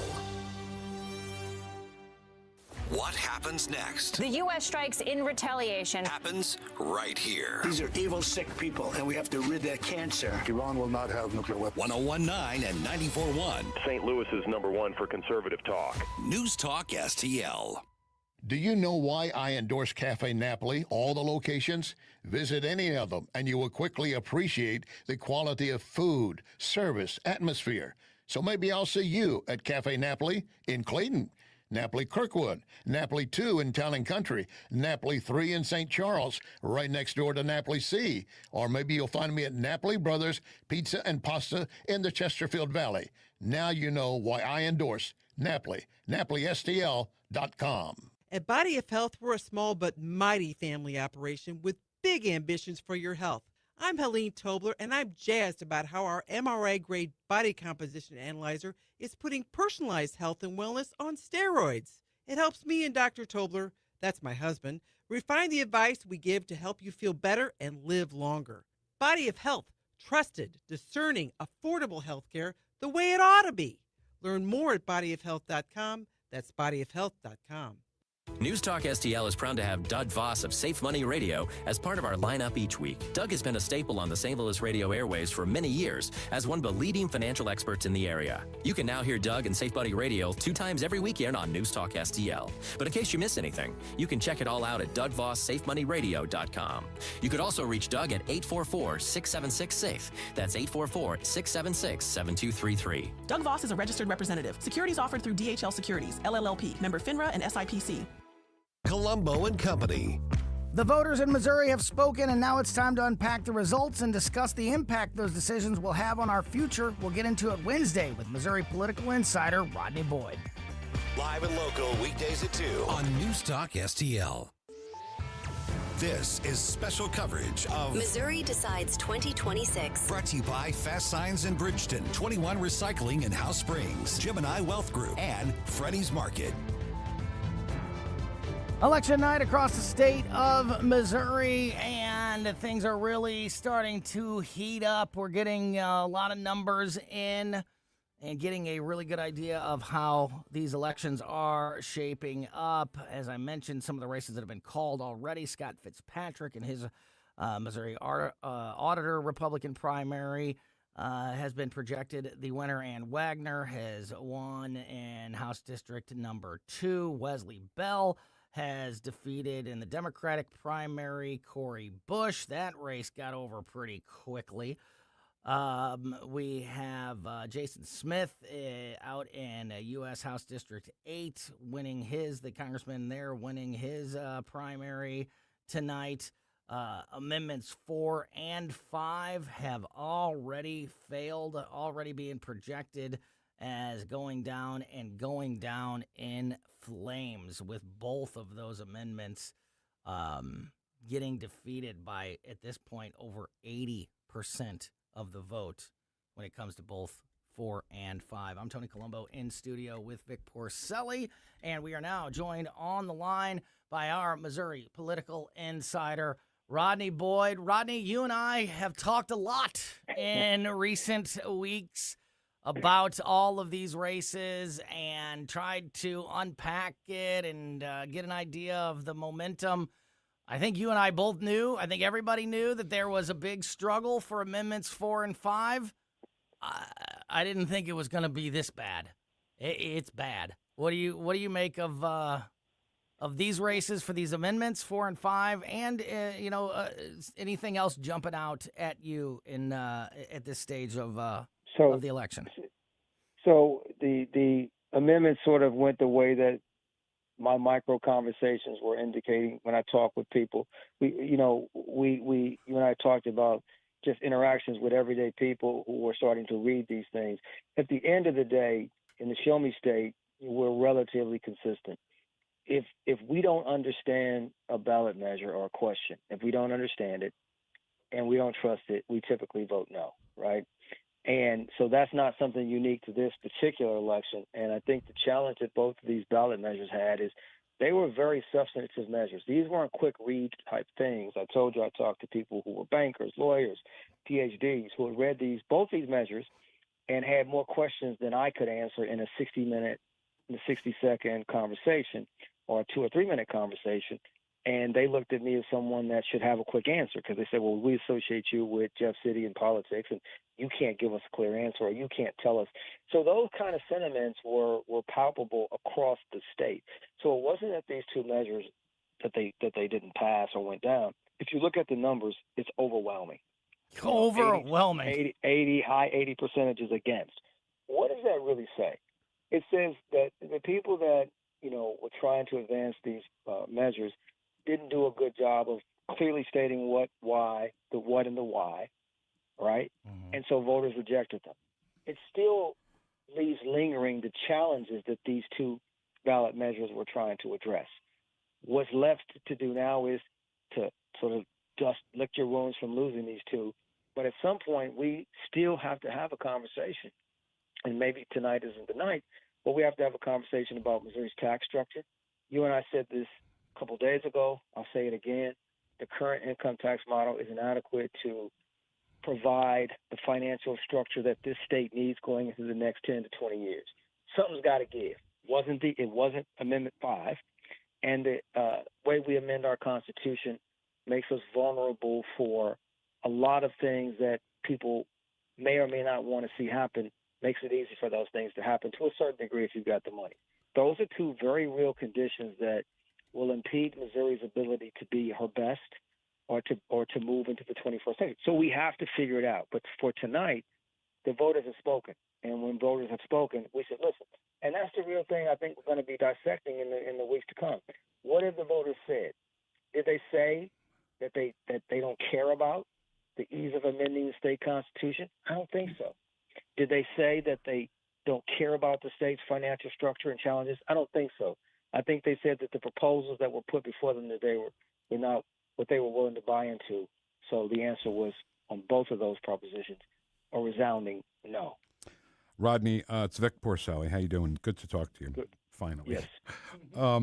messaging, I think I'm hearing you say, was not good, right? Our messaging on this amendment, especially Amendment 5, because I think they use too many colloquialisms, if that's what you want to call them. We got to keep politicians on a leash, like these phrases. What does that mean? Keep them on a short leash. They don't even know what that means. I think they really had to be specific. A lot of slogans, a lot of gimmicks. Right, exactly. Slogans, gimmicks, nothing Not true specific. understanding. Yeah. And tell them, no, you're not going to get taxed when you go to the doctor. Right.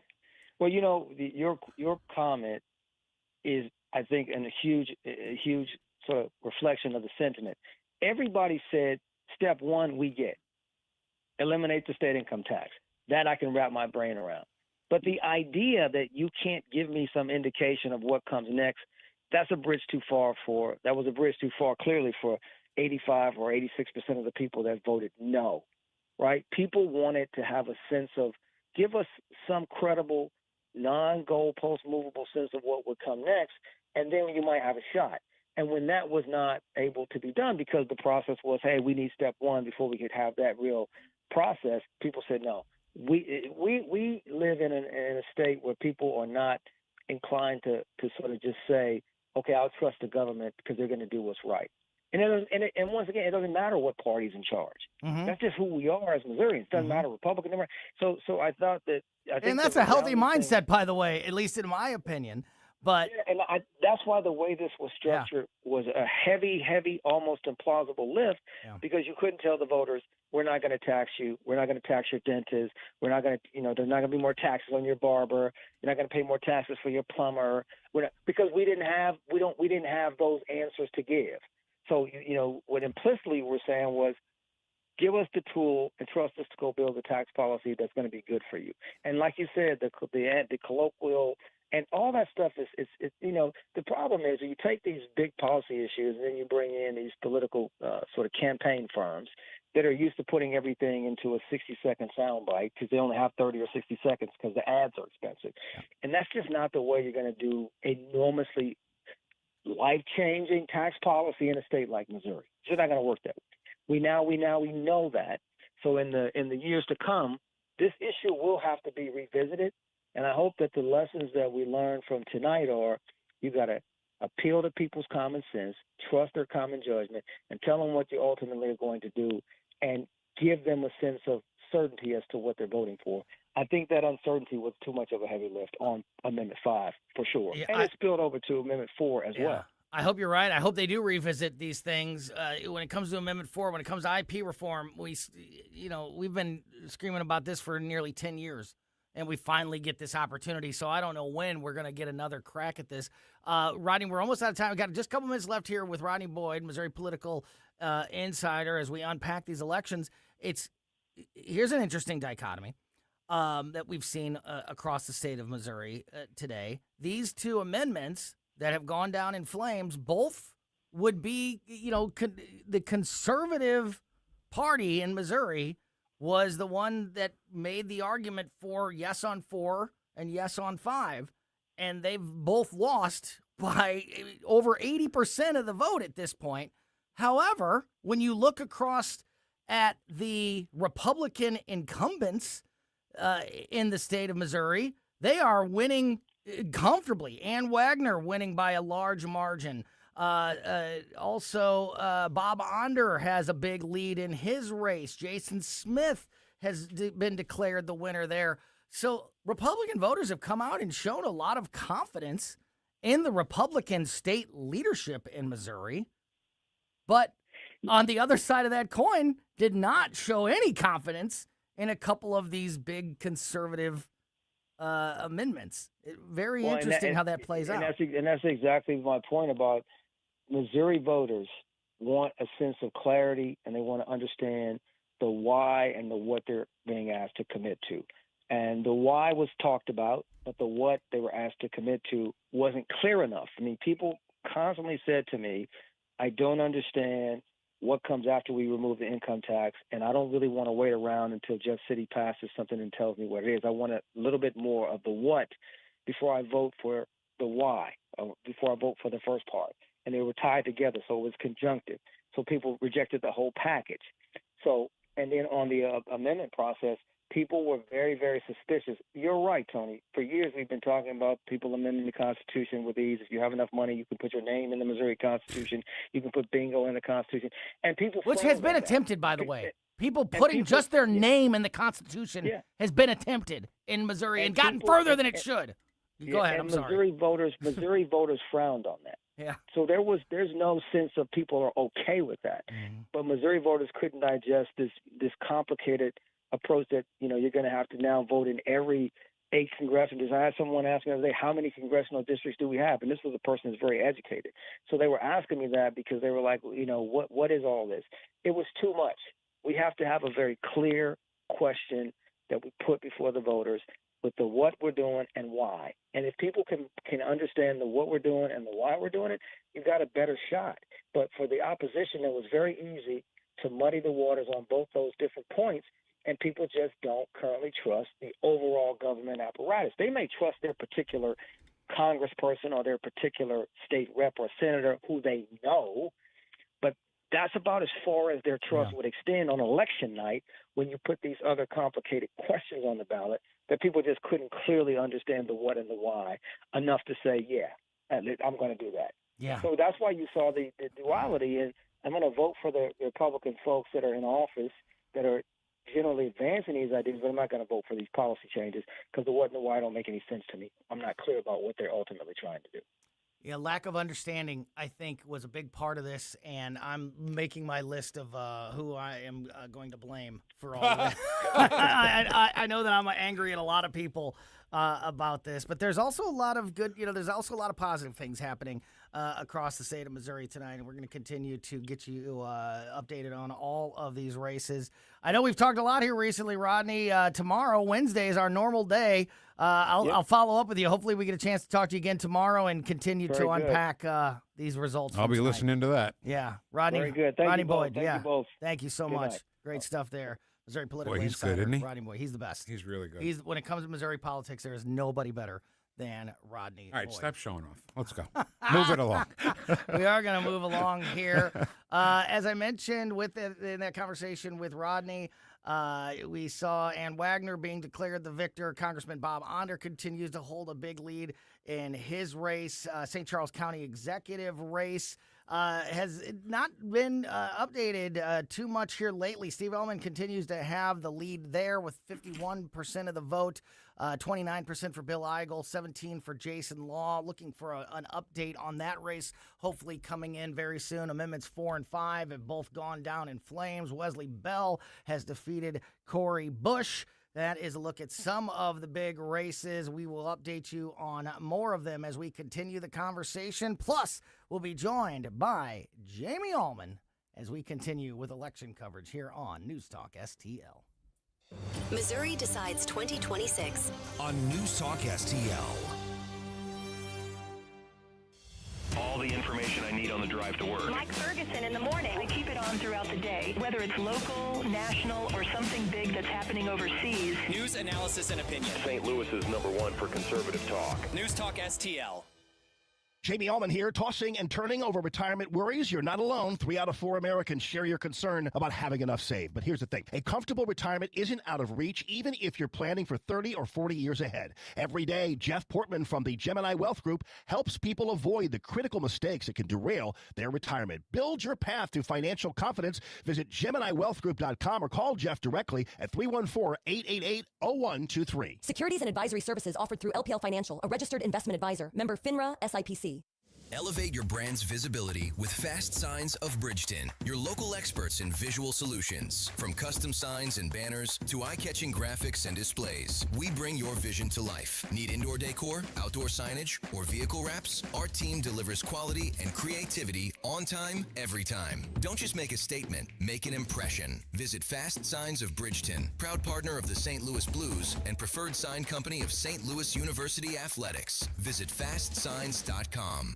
Calling all patriots. Join the St. Louis County Republicans for the annual Lincoln Reagan Day Dinner, Saturday, September 19th at River City Casino. Our keynote speaker, Newsmax personality Rob Carson. Enjoy a full night of fun and information alongside state and local officials and candidates. It's an evening you won't want to miss. Dinner and program, just $75. For tickets, email Renee Artman at hotmail.com or call 314-398-6667.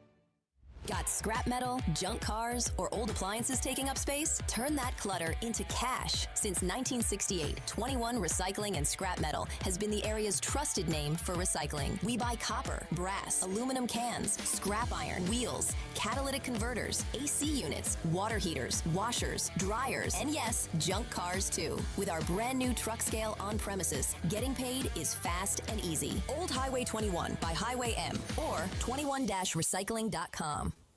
Summer's here, and so is the freshest produce in town. At Anthony's Produce, we specialize in locally grown fruits and vegetables, straight from the farm to your table. Homegrown tomatoes, sweet corn, juicy cantaloupe, watermelon, and peaches, just to name a few. Plus, thousands of locally made products you won't find anywhere else. Need a fruit or vegetable tray for your next gathering? We've got you covered. Anthony's Produce on Jungerman Road or at anthonysproduce.com. Open 7 days a week. Colombo and Company. The voters in Missouri have spoken, and now it's time to unpack the results and discuss the impact those decisions will have on our future. We'll get into it Wednesday with Missouri political insider Rodney Boyd. Live and local, weekdays at 2 on Newstalk STL.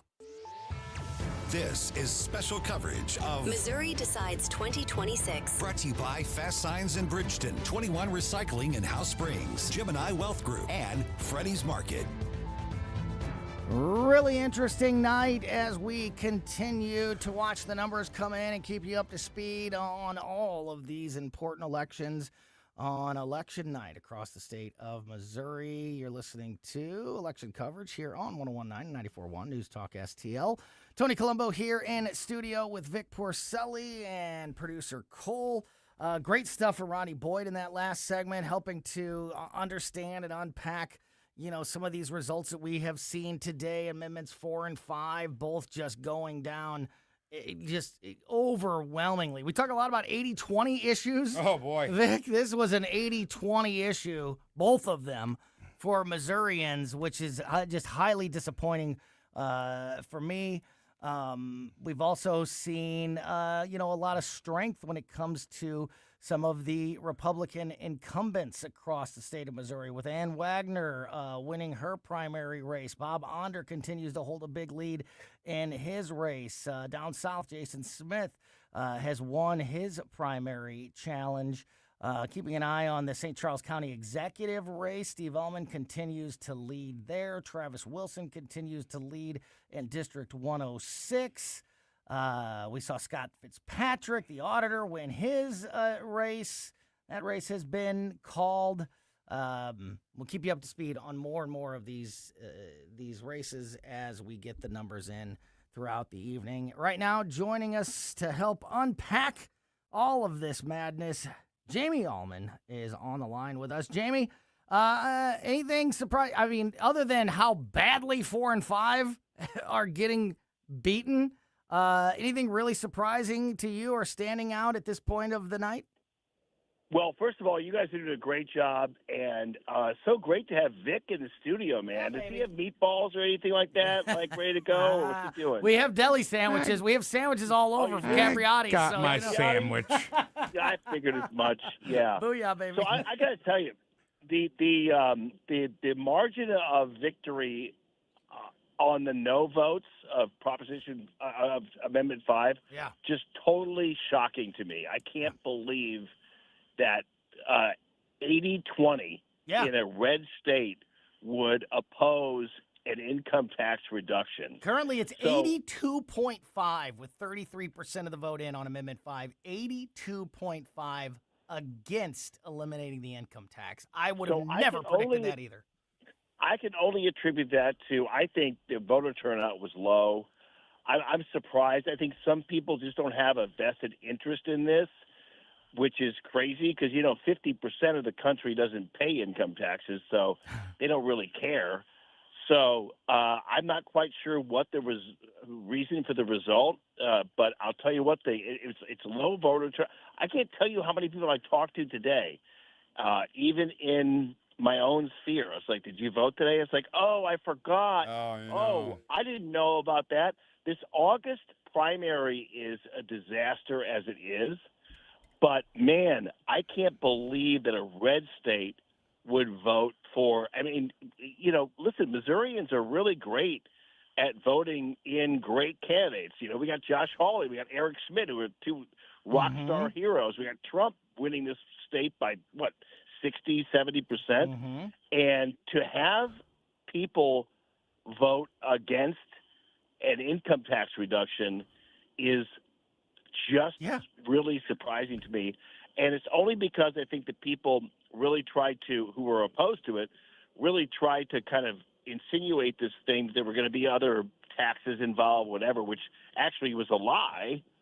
But, you can lie, but it's how it worked out. Now, Jamie, what about with these two conservative amendments, these conservative-backed amendments going down by 80%, each of them, 4 and 5, how do you reconcile that with the success that the rest of the Republican Party, the incumbents, the people that are that are being given another vote of confidence by the people of Missouri, so they like these Republican candidates like Bob Onder and Ag Wagner and Jason Smith. On the local side, we've got Mike Elam leading, by a large margin in the St. Charles County Council race. We've got Steve Ellman continuing to lead, the incumbent there at St. Charles County Executive. Travis Wilson continues to lead, the incumbent there in the District 106 race.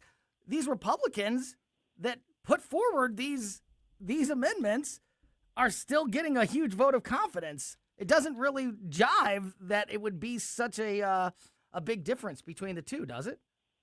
Well, it doesn't really. It means that Republicans basically, I think in one way that's a great thing with Missouri because people are independent. It's like the show me state.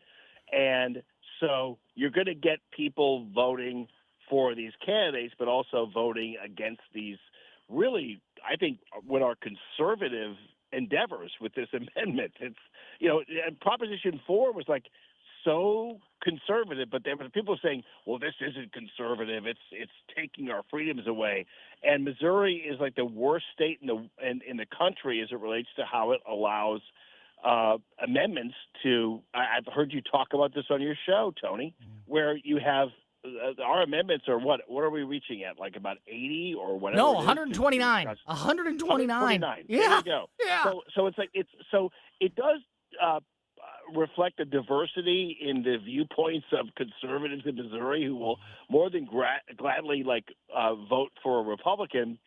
But the income tax reduction thing is really confusing to me, and I can only attribute to the low turnout.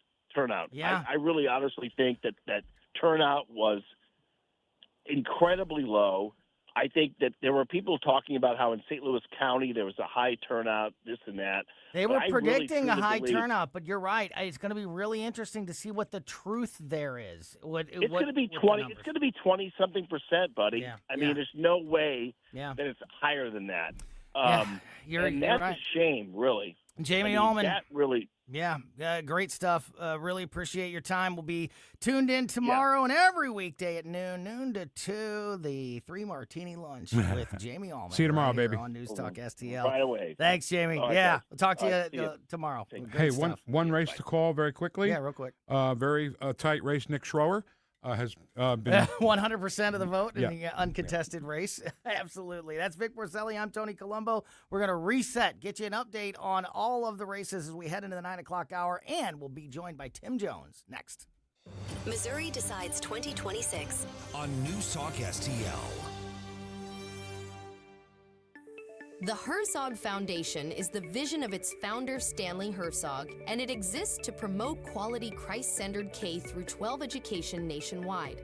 Hi, this is Chris Stegall with the Herzog Foundation. We offer a wide variety of resources relevant to today's families, including a free online publication called The Lion. The lion is one of God's most majestic creatures, symbolizing strength and courage. Named for its attributes, the Lion publication carries articles covering a wide range of topics facing American families and culture, especially related to the education of children.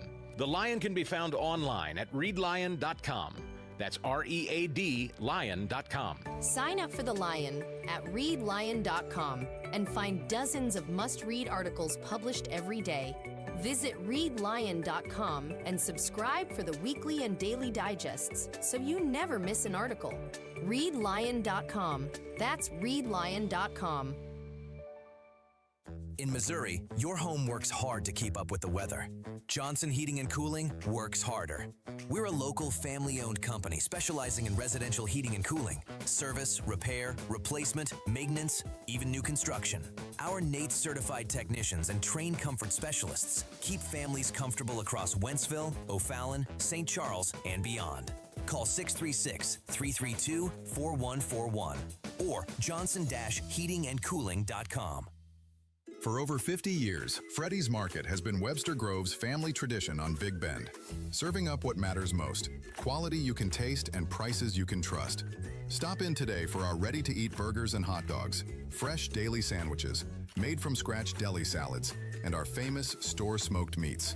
Whether you're grabbing lunch or planning dinner, we've got you covered with that hometown flavor you've loved for decades. Freddy's Market. Visit us on Big Bend and Webster Groves or online at freddysmarket.com. KLGY HD3 Clayton, K270BW Bellefonte, KNBS Bowling Green. This is News Talk STL at 1019, 94.1, and always streaming at Peters in Washington. Missouri's Secretary of State waits until the last day allowed by law to announce his decision on a referendum over redrawn U.S. House districts. Missouri's top election official, Republican Denny Hoskins, has rejected a citizen's petition seeking a November referendum on a new congressional district map approved by Republicans. Challenging a congressional map is unconstitutional under Missouri law. Hoskins says the hundreds of thousands of petition signatures don't matter. The new map being used in the current primaries stretches a Kansas City House district held by Democrat Emanuel Cleaver into rural central Missouri in hopes of flipping the seat. A group backing the referendum effort says Hoskins is trying to silence the people's voice and they will contest the decision in court. I'm Jennifer King. Representative Wesley Bell has won the Democratic primary in Missouri's 1st congressional district against former Congresswoman Cori Bush. The rematch Tuesday offered a test of America's evolving viewpoints on Israel. Bell was backed by a group affiliated with the American Israel Public Affairs Committee.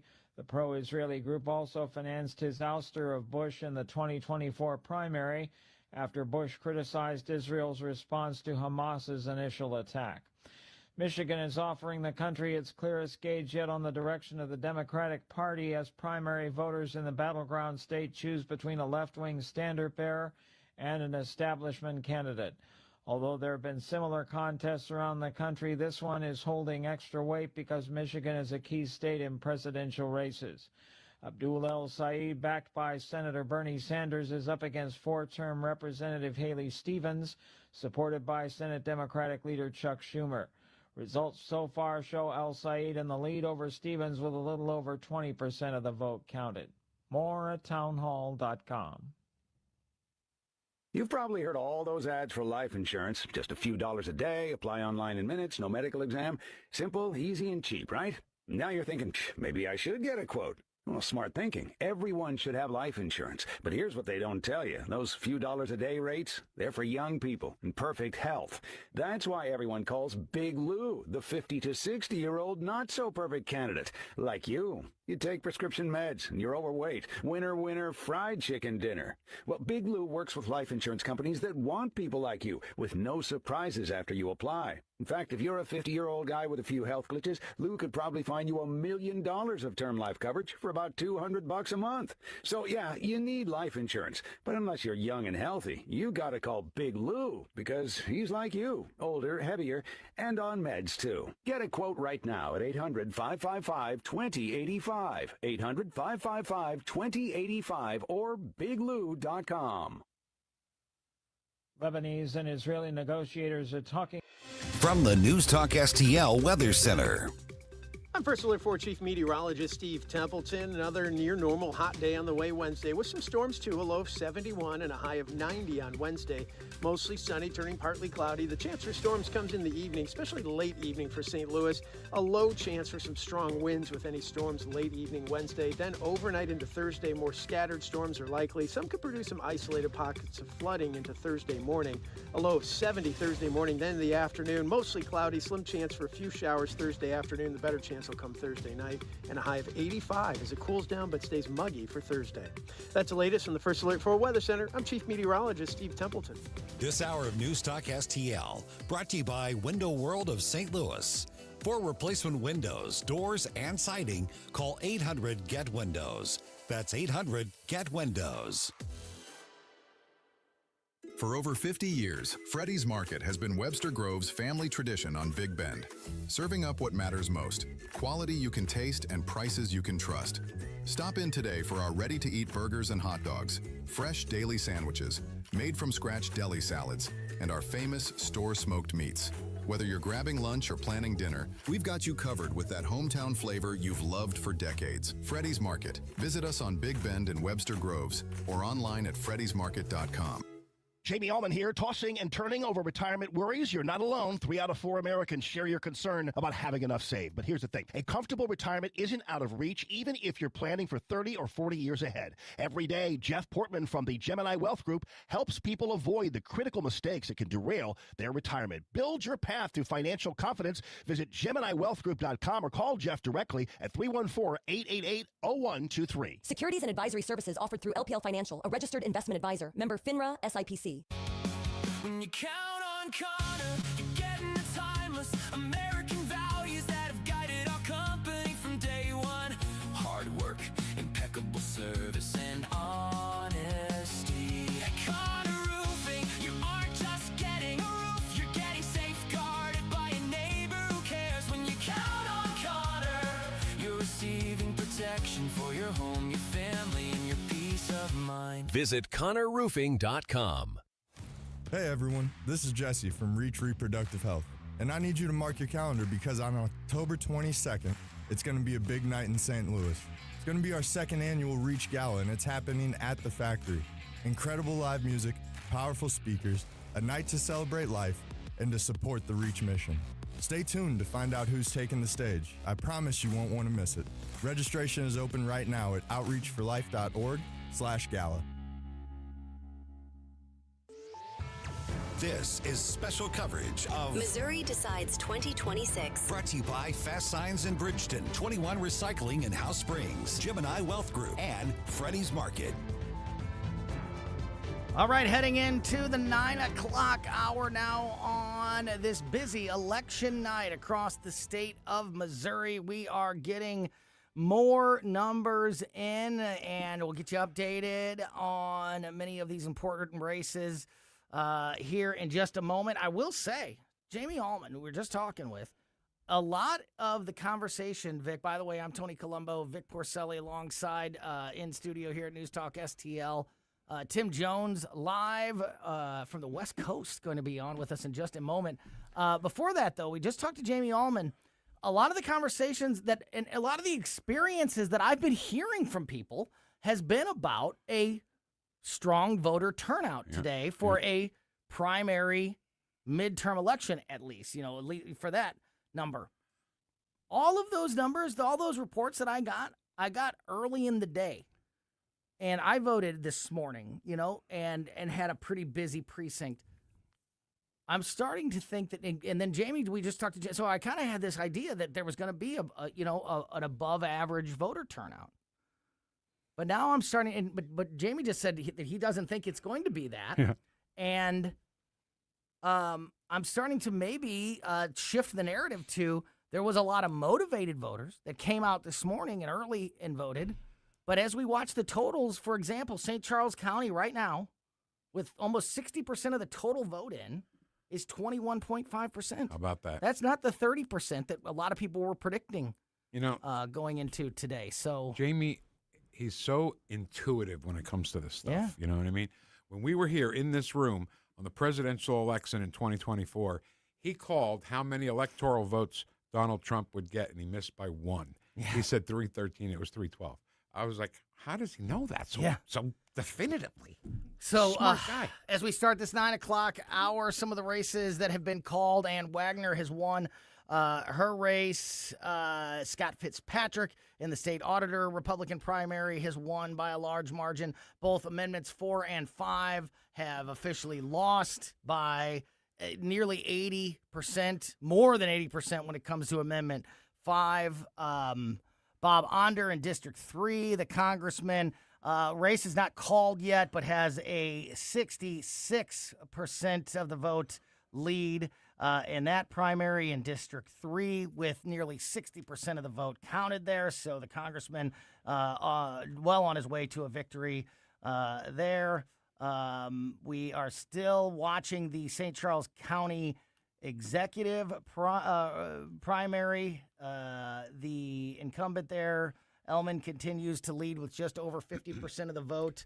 At last check, Bill Eigel was at about 30%, Jason Law at 17%, 57% of the vote counted there.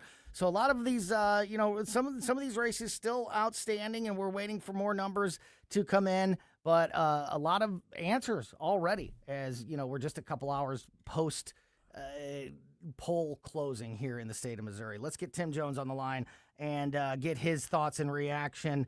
Calling in from the West Coast, where I'm sure the weather is beautiful.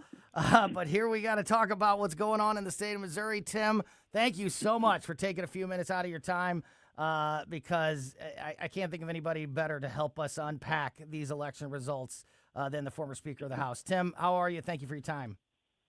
Good evening, gentlemen. Greetings. I should say stay classy, San Diego. That's where I am right now tonight.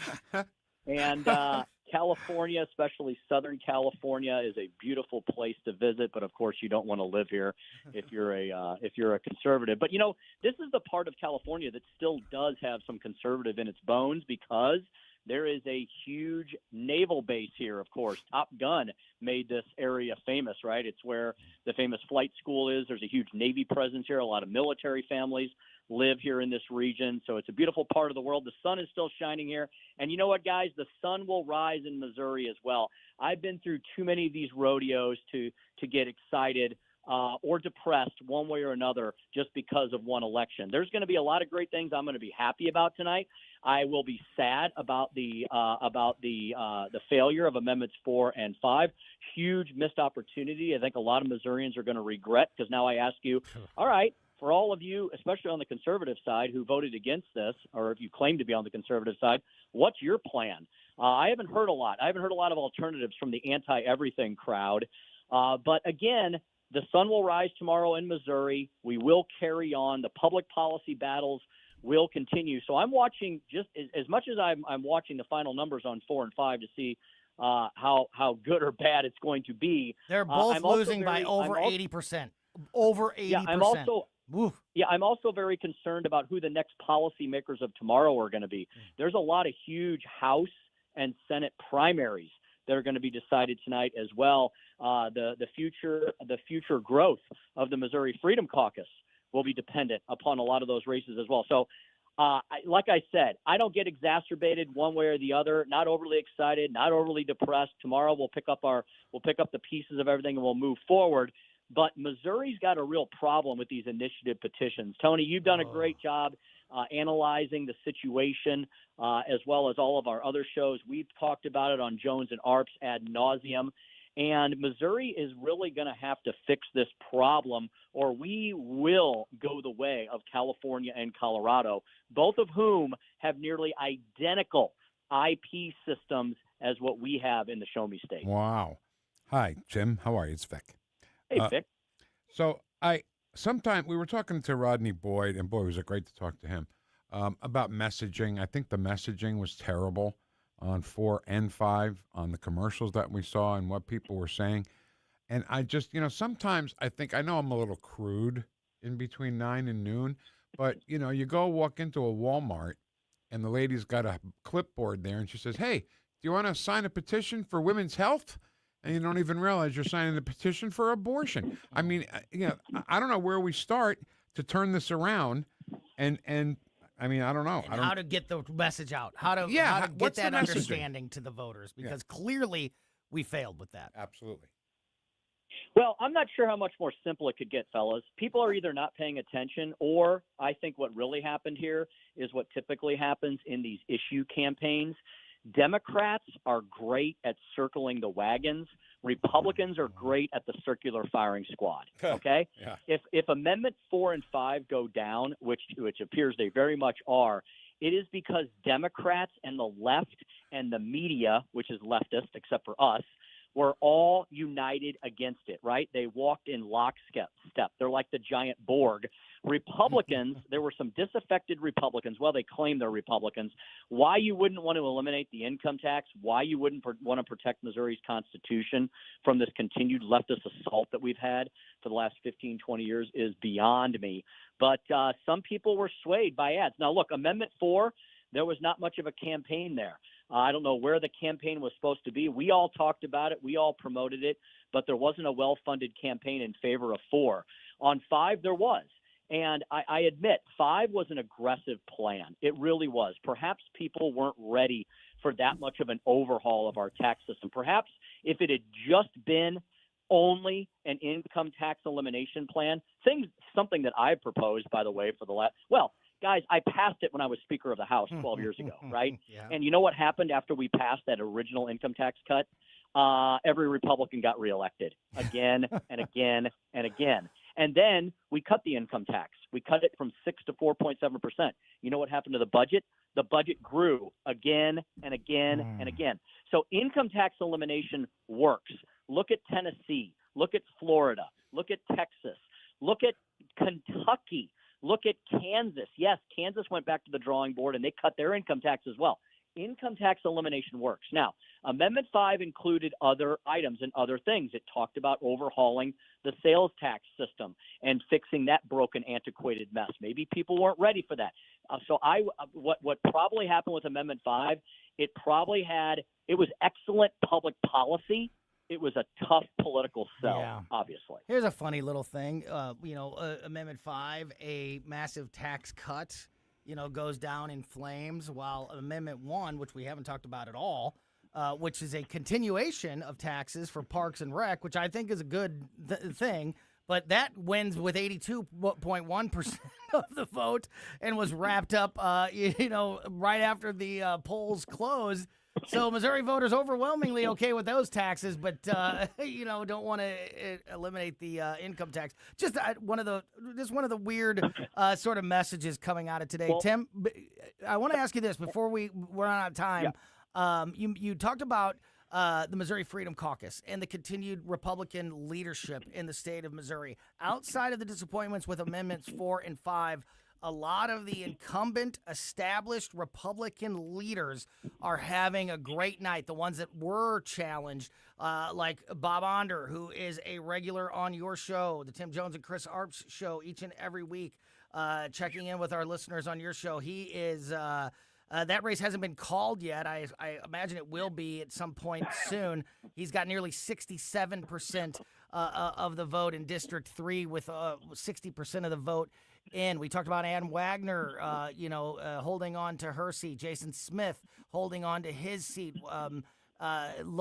State reps like Travis Wilson, who has 70% of the vote in District 106, and Mike Elam on the St. Charles County Council, and even I guess you could even put a guy like Steve Ellman in that boat. He continues to lead in county executive. All of these conservatives that have been in place continue to get the endorsement of the voters, at least on tonight. What does that tell you about the strength, the foundation, and the ability for this Republican Party to produce for Missourians moving forward?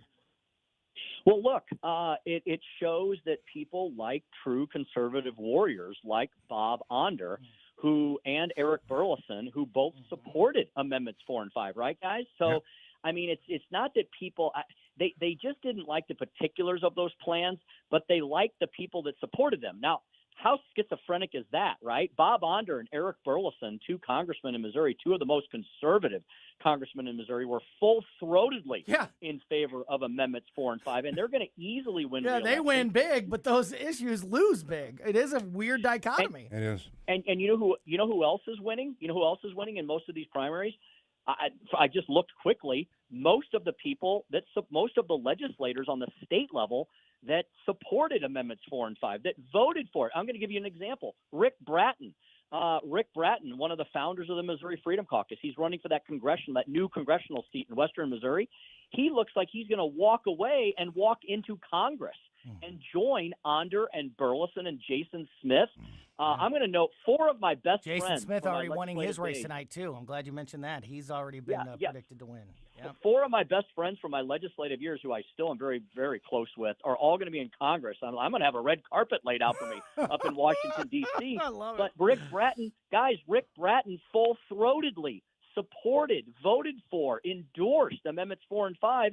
He was in a vicious 4 or 5-way primary for a new congressional seat. It looks like he's going to win. So if you can figure out the Missouri voter that voted in these elections this year, then you know what? Whoever tells us the secret sauce to that, we need to ask him for the Powerball numbers next. Yeah, amen. Great stuff, Tim. Thank you so much for checking in with us while you're out there in California on this really important election night. Have a great rest of your trip. And, of course, every weekday, 4 to 6 p.m., the Tim Jones and Chris Harp Show right here on News Talk STL. Tim, thanks so much. We'll talk to you again soon. Thanks, Jets. Yeah. Whoosh by MAGA Speaker of the House. Great stuff there. All right, we are going to continue the conversation during our live election coverage here on News Talk STL with the former mayor of Ferguson, Missouri, current city manager of Troy, Missouri, somebody that knows a whole lot about city and county politics. Mayor James Knowles is going to join us in a few minutes. Want to continue, obviously, to keep you up to speed on all of these Republican races, Republican primaries across the counties and in St. Charles County, including the St. Charles County executive race. But I want to touch on the St. Louis County executive Democratic primary with Mayor Knowles. Also, talk a little bit more about this Wesley Bell massive victory in House District number 1, despite all the talk about Cori Bush's big comeback. That has gone down in flames tonight as well. Still a whole lot to unpack, and we'll get you a fresh set of numbers as we continue the conversation with the former mayor of Ferguson, Missouri. Mayor James Knowles joins us next. Missouri decides 2026 on News Talk STL. Elevate your brand's visibility with Fast Signs of Bridgeton, your local experts in visual solutions. From custom signs and banners to eye-catching graphics and displays, we bring your vision to life. Need indoor decor, outdoor signage, or vehicle wraps? Our team delivers quality and creativity on time, every time. Don't just make a statement, make an impression. Visit Fast Signs of Bridgeton, proud partner of the St. Louis Blues and preferred sign company of St. Louis University Athletics. Visit fastsigns.com. Hey, it's Vic Porcelli. We're sitting here with our great friend, Chris Cooper. Hi, Chris. What's going on, Vic? How are you? I hear you wrote another book. This one's an e-book. Is that right? The Business Owner's Playbook for Financial Clarity. So it is a great book for entrepreneurs. It's a very short guide. Give people, business owners, the ability to understand key questions that are important, such as succession planning, legacy planning, getting the IRS out of our pockets, right? Because do you like paying taxes? I do not. I don't think anybody likes paying taxes, right? That just makes sense. And then always talking about protection. And then the other thing from a business owner perspective, what is the biggest asset a business owner has? Probably their business itself, right? We need to make sure we understand what the value of that business is as well. So this new book, I'm sure, is incredibly expensive, right? How much? No, it's a free resource. Oh, it's free. We provide guidance, we provide education because we want to make sure people feel educated and understanding because sometimes you don't know what questions to ask, and we need to make sure we help arm people with information to ask the right question. Reach out to Chris and Stacy today at SerenityWealthNow.com. Investment advice offered through Fortis Capital Advisors, LLC. It's time to tee off at Sugar Creek Golf Course in High Ridge. Experience one of Jefferson County's premier courses, nestled among picturesque rolling hills. Whether you're a seasoned pro or just starting out, you'll love the lush fairways, challenging holes, and friendly atmosphere. Make your next round unforgettable at Sugar Creek Golf Course. Open to the public, but you can also become a member. Just log on to sugarcreekgolfcourse.com for more information and tee times. sugarcreekgolfcourse.com. Hunters, now is the time to get ready. Mike Ferguson here for my friends at Whistle Pig Outdoors. Listen, don't wait until the season opener to dial that bow in. Whistle Pig offers paper tuning, bow adjustments, string replacement, and custom arrows. Plus, Hoyt and Bear archery bows, crossbows from 10 Point and Raven, and accessories from all of the top brands. Archery season opens in September, but now is the time to practice and get ready. Whistle Pig Outdoors in Troy, Missouri. Visit whistlepigoutdoors.com. Got scrap metal, junk cars, or old appliances taking up space? Turn that clutter into cash. Since 1968, 21 Recycling and Scrap Metal has been the area's trusted name for recycling. We buy copper, brass, aluminum cans, scrap iron, wheels, catalytic converters, AC units, water heaters, washers, dryers, and yes, junk cars too. With our brand new truck scale on premises, getting paid is fast and easy. Old Highway 21 by Highway M or 21-recycling.com. This is special coverage of Missouri Decides 2026. Brought to you by Fast Signs in Bridgeton, 21 Recycling in House Springs, Gemini Wealth Group, and Freddy's Market.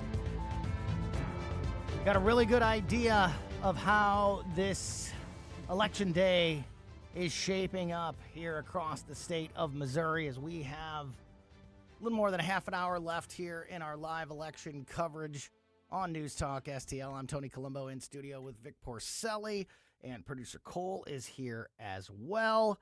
A quick go around here on some of the races that we've been keeping a close eye on. Amendments 4 and 5, both losing spectacularly today with Missouri voters. Amendment 4 has the battle is it going to be an 80-20 issue for Amendment 4? Right now they got it back down to 79.9.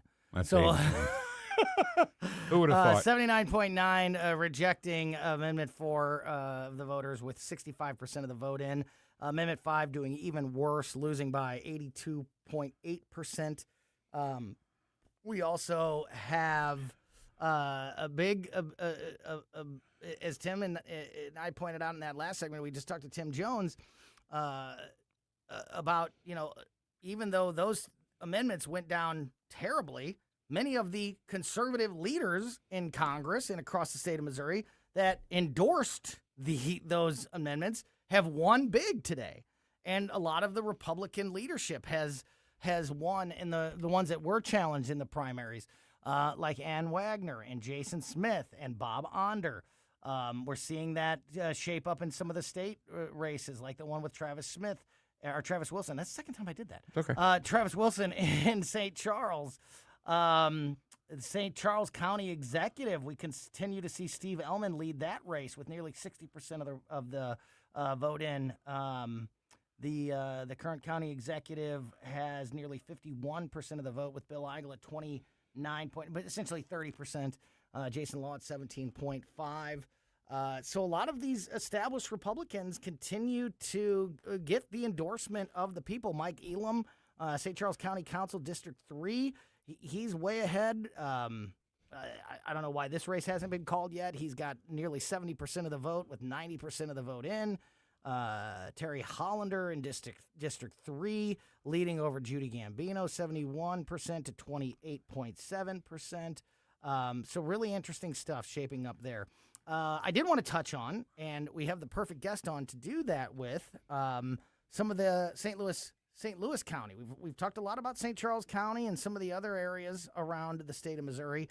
But St. Louis County and St. Louis City, the overwhelming victory by Wesley Bell over Corey Bush tonight is very interesting. And there is their own county executive race happening in St. Louis. In that St. Louis County executive race, Jake Zimmerman, the Democrat side, the Democratic primary there, Jake Zimmerman is leading with 70% of the vote in. He's got 48% of the vote. Brian Williams, 32%. Angela Mosley at 19%. We have the former mayor of Ferguson, Missouri, current city manager of Troy, Mayor James Knowles, on the line with us now. Somebody who knows a little something about St. Louis County politics. Mayor, thanks as always for your time, my friend. What do you make so far of what we've seen tonight overall from the voters in Missouri? Well, I think when you look at those races you talked about, the big thing that you and I have always talked about this is, politics it's always local. And I mean, I think sometimes some of these big statewide issues, we're trying to determine whether or not that has an effect on some of these state rep and state senate races. Some of the ones that you mentioned, the incumbents are holding on to their seats. But, look down at Southwest Missouri. I know we probably don't always think about that when we're up in St. Louis. But, there's Senator Curtis Trent, who's in line for leadership in the Senate, looks like he's going to get taken out by Lori Rook, which is one of the insurgent Republicans. There's about 5 insurgent Republican Senate seats that right now they look like they're winning. And this is kind of like the rebirth of members of the Freedom Caucus that are, pushing their way back into the Senate. They kind of all but died out there. Curtis Trent's supposed to be the new majority floor leader. If he loses this race, it might be our friend Nick Schroer who ends up being the majority floor leader. That'd be okay. He won today with 100% of the vote in his uncontested. Did we lose you, Mayor? Or do you just not like my joke?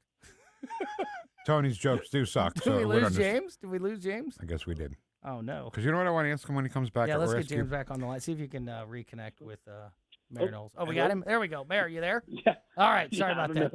Sorry. That's okay. But there's some things shaping up in some of these other races I think are going to be interesting. And, there is a core group of people that are kind of pushing back against the establishment. But by and large, like you said, Steve Ellman, Travis Fitzwalter, a lot of those people, they found themselves, up against it with opponents this year. And that's been largely unsuccessful in places like St. Charles County and some of the places across the state. So same thing, Mike Deering out in our neck of the woods. He's a Kehoe picked he's a Kehoe picked Republican who is representing that Senate district from Lincoln County, St. Charles County, out Montgomery County, all the way out west. And, he held on from kind of the insurgent candidate there, Trish Burns. So it's a mixed bag, I think, really, if you look across the state. We'll see in the morning. There's some of these rural counties are slow turning in, so we'll see how some of these other races turn out and what the Senate leadership actually does look like. It might change this year from what was expected. If Jake Zimmerman holds on in the St. Louis County executive race, he is winning right now with 70% of the vote, 48. It's been, Steve Stanger and Sam Page has been like all we've known for so long. Could be a big difference. I don't think, nearly as many people know what Jake Zimmerman is all about.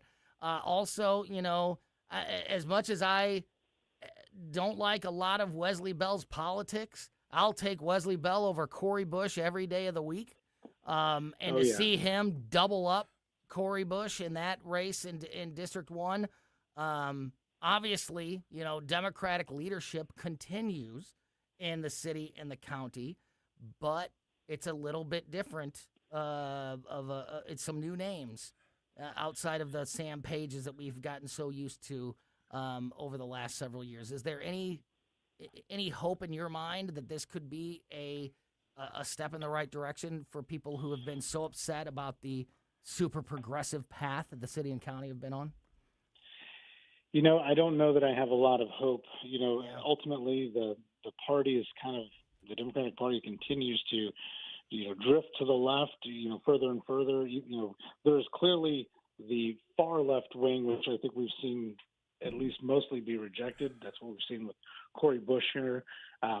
Jake, I don't see as a far lefty, but Sam Page didn't seem that way either when he got elected, and that's what worries me. The thing about Jake Zimmerman that a lot of people don't remember, because this has to go back a number of years, he stepped back and didn't run for a Senate seat. He ran for the successor position back when it became an elected position many moons ago, because he was promised to be the guy that was going to get to step up when Charlie Dooley stepped down. And that got thrown and tossed aside as soon as Steve Stanger insurgently came in and took Charlie out early.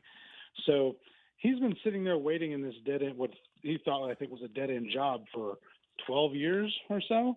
And he's been patiently waiting for that. That's what he's been wanting to do. That's what he's tried in the past unsuccessfully in several of these three-way races.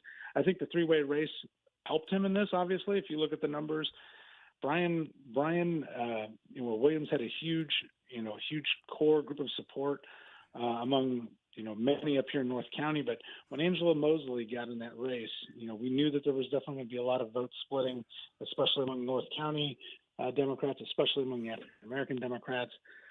It may not have mattered in the end. I mean, you can't say it's going to be a 1-for-1 if she's out of that race going to Brian Williams, but certainly that didn't hurt. Jake Zimmerman to have that three-way race this time. He's lost several of the other three-way races he's ran before. So we'll see. Hopefully the county council will hold him accountable if he ends up being the candidate. We still got, Dennis Hancock, our Republican candidate. He's got a long uphill battle, but he's also a fighter, and he's been in the mix for a long time. If people don't want, a liberal Democrat, which Jake is, even if he's not a super progressive, you still got a chance in November to make your voice heard. James Knowles, it's Vic Porcelli. How you doing? Can I still call you Mr. Mayor? Does that still apply? Calling you Mr. Mayor? Okay. It's great to talk to you. But the 4 and 5, I just want to get back to that for 1 second. Do you think the difference was urban voting? Like, do you think St. Louis and Kansas City went a certain way, like voting no, rather than the rural areas that you talked about? It will be interesting to see that breakdown when we have that information. What do you think? Well, I don't think so. I think you're going to find out and I say that just because I've been watching Lincoln County all night. Now, Lincoln County is, an exurb, we like to call ourselves. I mean, half of us are somewhat suburban, the rest of us are rural, but it went down 80-20 out here in Lincoln County. Wow. And the rural guys out here were just as fervently against it as anybody here in the city of Troy. So crazy. I don't believe that, I believe the uncertainty about what that meant. I don't think nobody, especially no conservative, I think very few taxpayers are against the idea of not paying income tax, but they certainly didn't know what that ultimately was going to lead to. It was either going to lead to another tax, which was yet undefined, or it was going to lead to a huge decrease in revenues, which, some people were scared of. What does that mean? What does that mean service-wise? So I think without better definition, you weren't going to get this over the finish line. I think the 80-20 turnout, against this, I think should give a lot of Republicans pause about, how they approach some of these issues in the future. Mayor James Knowles, really appreciate your time on this busy election night as we are closing in on the end of our coverage. We got about a half an hour left here, but it's really time to start, finalizing a lot of these races, and we're getting a lot of these sort of final totals in. So I want to get everybody up to speed on where we stand on these races, as well as a conversation. Last hour, I was a little nervous to talk to Travis Wilson because, like we said, pitcher's pitching a no-hitter. You don't know if you want to. Yeah. I think we're safe in talking to the representative at this point. At last check, Travis Wilson was up with 70% of the vote going his way, with 94% of the vote in. So I'm much more comfortable talking to Representative Wilson. He's going to join us in just a few moments. James, thanks as always for your time, my friend. We look forward to talking to you and unpacking these results more in the coming days, and of course this Friday on Colombo and Company. And thanks for your time this evening. We'll talk to you again soon. Always great to see you guys. Yeah, thanks. Great stuff there. So, yeah, as I said, we're getting a really good idea of the finality and, the results of many of these races as we get closer and closer to the 10 o'clock hour here on election night. So we're going to get you a full update on the numbers, and we are going to be joined by Missouri State Representative Travis Wilson, who's having a great night in his race. He will join us next here on News Talk STL. Missouri decides 2026 on News Talk STL. Colombo and Company. The voters in Missouri have spoken, and now it's time to unpack the results and discuss the impact those decisions will have on our future. We'll get into it Wednesday with Missouri political insider Rodney Boyd. Live and local weekdays at 2 on Newstalk STL. For over 50 years, Freddy's Market has been Webster Grove's family tradition on Big Bend, serving up what matters most: quality you can taste and prices you can trust. Stop in today for our ready-to-eat burgers and hot dogs, fresh daily sandwiches, made-from-scratch deli salads, and our famous store-smoked meats. Whether you're grabbing lunch or planning dinner, we've got you covered with that hometown flavor you've loved for decades. Freddy's Market. Visit us on Big Bend and Webster Groves or online at freddysmarket.com. Hey, Columbo here, ready to take your next shot? Then head to Bluff City Outdoors, your destination for the best archery gear, from traditional equipment to compound bows to high-performance crossbows, all from the biggest names in archery like Hoyt, Matthews, 10-Point, and more. Whether you hunt, shoot target, compete in 3D, or just shoot for fun, make your next shot at Bluff City Outdoors. 1 mile east of Fast Eddie's at 2813 East Broadway in Alton. Don't forget Bluff City has all your fishing and trapping needs covered as well. Follow them on Facebook and at bluffcityoutdoors.com. Hey, it's Vic. If you have a tree that you think is dead, you can get Roots Plus to remove it for you. Or if you think the tree is savable, or if Roots Plus thinks it's savable, they can save your tree and you keep your cash. Call them and find out what that's all about at 314-440-3662. The crews are great. They get things done. They removed the tree for me, and they did expert work, and I definitely will put my name on their company. So save the tree with Roots Plus LLC. RootsPlusLLC.com. If you have a phone, you have a radio. Wherever I'm at, home, car, wherever. Download the all-new NewsTalk STL app. If you have a phone, you have a radio. Just the convenience on the phone. Streaming live on the mobile app. Love the new app. And listen anytime. Everywhere. Anywhere. This is special coverage of Missouri Decides 2026. Brought to you by Fast Signs in Bridgeton, 21 Recycling in House Springs, Gemini Wealth Group, and Freddy's Market.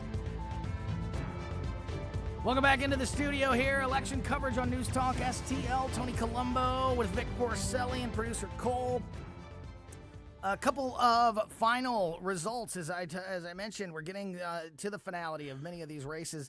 Some of the final numbers, or at least final results from Jefferson County. State Representative District 97, David Robertson winning the Republican primary there over David Castile. How about that? Currently 56% of the vote for Robertson. State Representative in District 114, Ann Maloney over David Broach.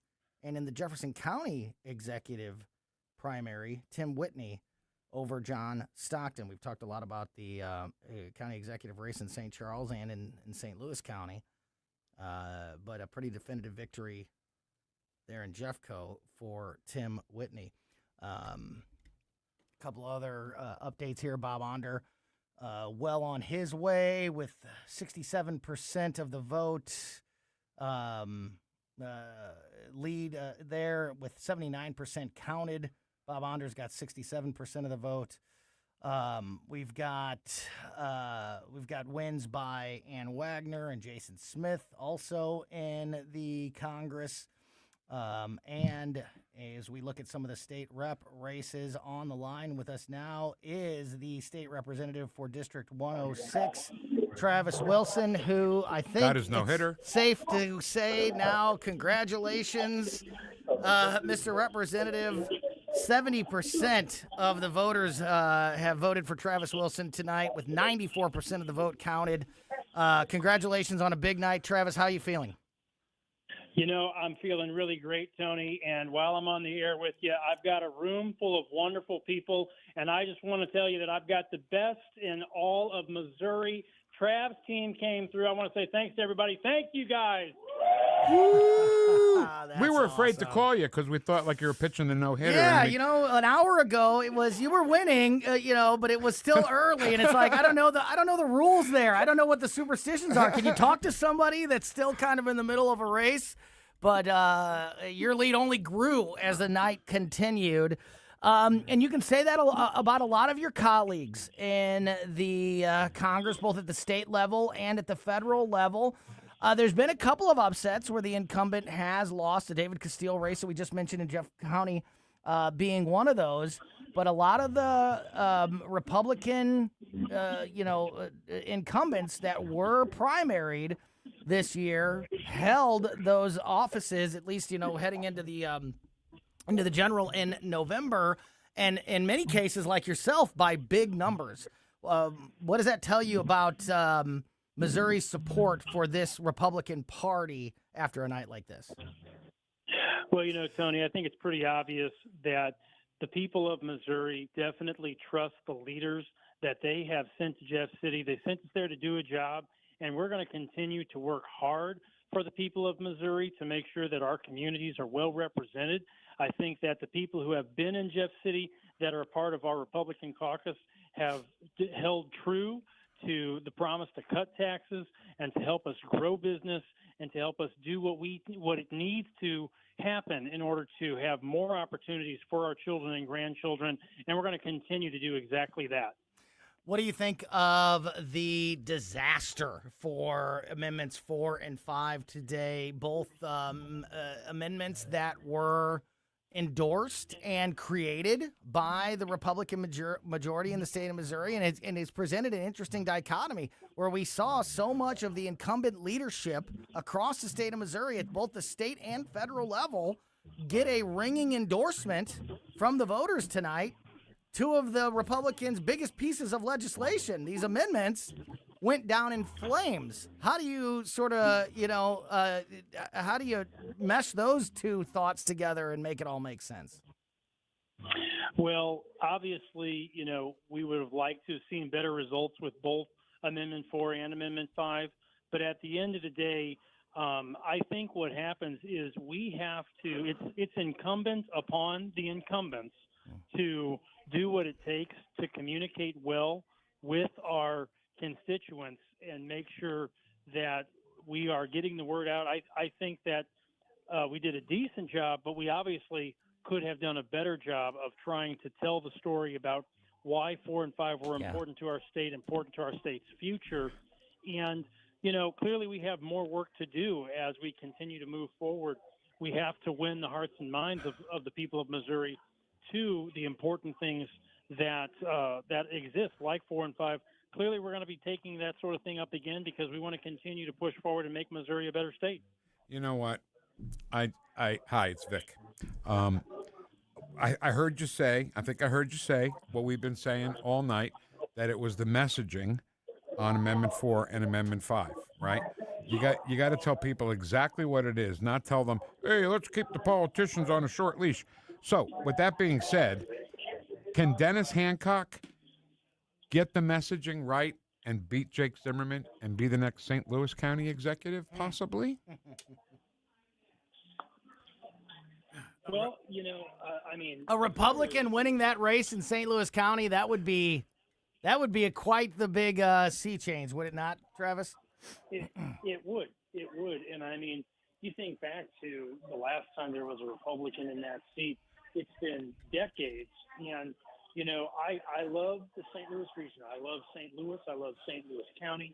I work in both the city and the county often for various reasons. And I'm always, sort of perplexed as to why we can't seem to move forward. Civic leadership is really the key. And it's not just, although I am a Republican and I want Republicans to be in leadership positions, it's about how can we come together as a region, because if we do not have different leadership moving forward, I think we're sort of doomed to withstand the same results. It's like it's been said before, the definition of insanity is doing the same thing over and over again and expecting a different result. And that's exactly the type of sort of repetitive loop that we're experiencing right now. If we can have different leadership that at least is able to come to the table with some fresh ideas and a new approach, I think that really is what the city might need at this time, what the county might need. And I want to do whatever I can to help grow our region. And so I'm willing to talk to anybody, work with anybody to continue to make our region better, to make our state better. That's what I think, at the end of the day, that's what I think our constituents want from us. I believe we have a mandate to work to make this a better state and improve our overall situation. Missouri State Representative Travis Wilson, thanks for your time this evening. Congratulations on a big win in the primary this evening, and I look forward to talking to you about what comes next for your focus and for Republicans across the state of Missouri as we head towards the November general elections and then head into another legislative session in January. So great stuff. Thanks for your time, and look forward to talking again soon. Congratulations, Travis. Thank you, Tony. Thanks, everybody. I appreciate it. And let's go on to November and win there. Yeah, absolutely. All right. We are going to wrap up our coverage and get you an update on everything that we know at this point. And it's a lot across the state of Missouri with the representative races, county executive races, these amendments, the congressional primaries. We've seen a lot happen tonight, in a lot of very strong, sentiment sent by Missouri voters. We're gonna wrap up and get you, the full picture as we end this election coverage, and then get ready to immediately dive in to the general election in November and all of the issues that voters will once again be faced with in this all-important election year. You're listening to Special Election Coverage. I'm Tony Colombo alongside Vic Porcelli on 101.9 and 94.1 News Talk STL. Missouri decides 2026 on News Talk STL. The Vic Porcelli Show. Well, we'll see how the results from the election felt to Crazy Joe Brazel. We'll talk to him Wednesday at 10:41. Weekday mornings at 9 on News Talk STL. Hungry at midnight? Craving a home-cooked breakfast at noon? At Gingham's Homestyle Restaurant, we've got ya 24 hours a day. For 35 years, folks have been coming back for our famous fried chicken, bone-in catfish, country fried steak, slow-cooked pot roast, scratch-made pancakes, or a slice of homemade pie. Daily specials and a loyalty rewards program that actually pays off. There's always a reason to come back to Gingham's Restaurant in St. Charles. Skip the wait. Join our wait list on Yelp or at ginghamsrestaurant.com. Looking for a hardware store that treats you like family? Welcome to True Value Schneider's Hardware, your local gem in Old Town St. Peters. For over 100 years, we're proudly serve you St. Charles County, providing everything from lawn and garden supplies to plumbing and electrical. Need a bolt or fastener? We've got you covered. And don't forget, we're a steel dealership. Whether you need sales, parts, or service, ask for Charlie or Jerry when you come in. We're here to help. Call 636-278-4461 or visit us online at truevalue.com/Schneiders. License number GL250000615. Hey, Dad, what causes drains to clog? Grease, hair, soap scum, and tree roots. Tree roots? This town has old pipes and big trees. They find each other. They grow inside pipes? They bust into pipes. Whoa. Once they're in, the water stops flowing. Can we fix it? The big green grasser machine can fix any clog. Green is always grasser at grasserhomeservices.com. Dr. Michael Lewis, West Point grad, physician, and retired Army colonel, is considered the world's leading expert on the use of omega-3s in brain health. He's also the author of When Brains Collide. Dr. Lewis, a lot of people take fish oil supplements, but how do you know they're working if you're not testing? Elizabeth, I've come across the biggest breakthrough in my 30-plus years of medicine.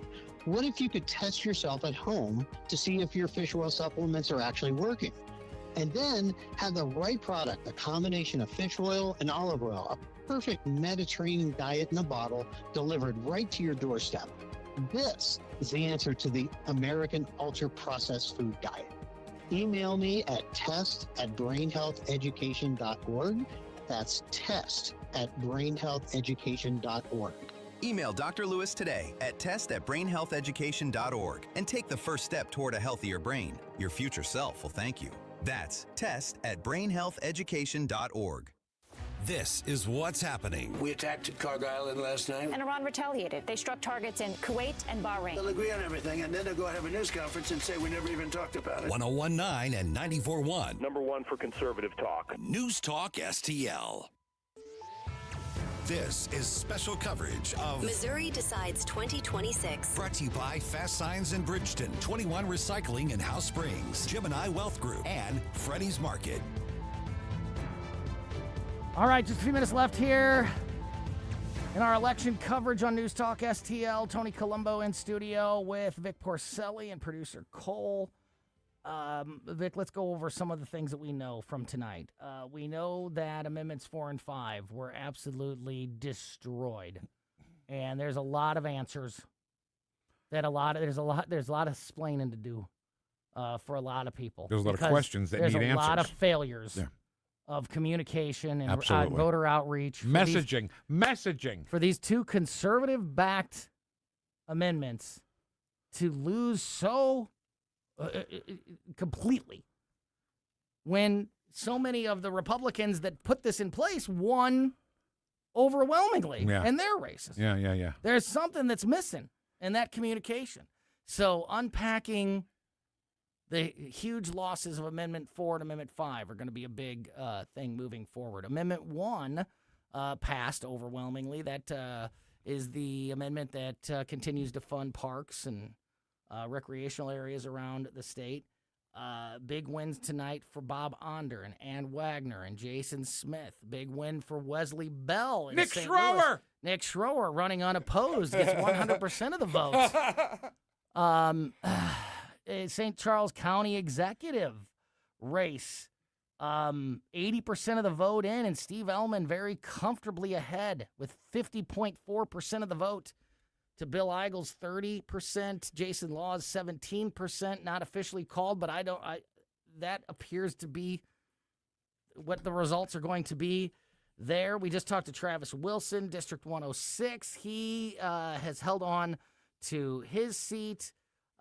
We saw wins by Scott Fitzpatrick in the auditor race.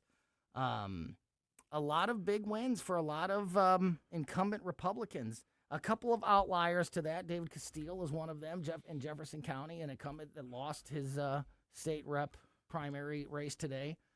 But a lot of big wins for established Republicans, and yet two of the biggest conservative initiatives go down in flames. What are your sort of final thoughts as we digest all this tonight? I think if there's one thing I've learned, maybe the people who need to do the messaging for Amendment 4 and 5 and things like that need to go back and say, what did we do wrong with the messaging to the voters of Missouri? Because clearly they didn't understand what it was all about, Tony.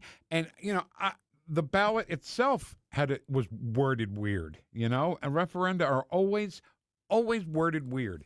So I think we have to go back and, look at the messaging and I asked you a couple times tonight, why didn't we go back and see what Tennessee and Florida did?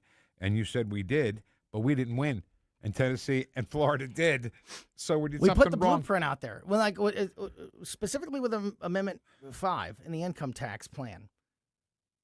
The blueprint was there to mimic Tennessee.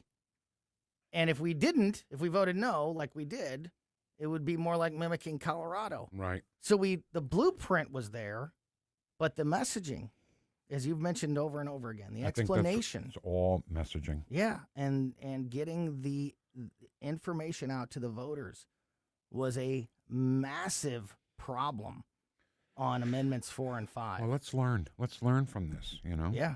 And see if we can do it right. Yeah. Really interesting to see what's going to happen in St. Louis County with Dennis Hancock and to see if he could pull off the upset.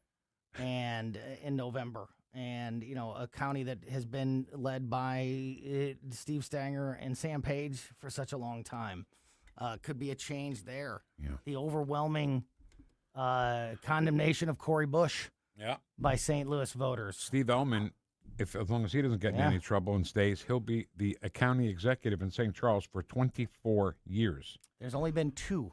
Holy cow. County executives in the history of St. Charles County. Holy cow. Wow. Yeah. I think that's amazing. The second one, yeah. Absolutely. So, there's a lot if you're looking at this from a conservative standpoint, there's a lot to be optimistic about after tonight, but there's also concerns about messaging, because if that can happen with Amendments 4 and 5, it can happen anywhere if you don't do a good job of getting that message out. Privileged to do this with you, Tony. Oh, back at you, buddy. Couldn't do it without you. Big thanks to producer Cole as well. Nah, he's all right. And, of course, our great sponsors, Freddy's Market, Gemini Wealth Group, Fast Signs of Bridgeton, 21 Recycling, and Imperial. Thanks to our great sponsors for making this special election coverage happen.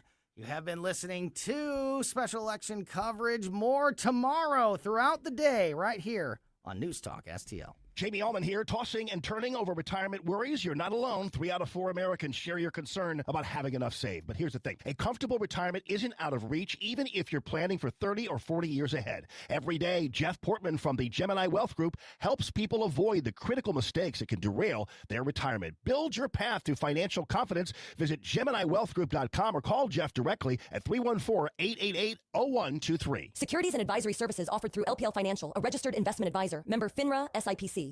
Got scrap metal, junk cars, or old appliances taking up space? Turn that clutter into cash. Since 1968, 21 Recycling and Scrap Metal has been the area's trusted name for recycling. We buy copper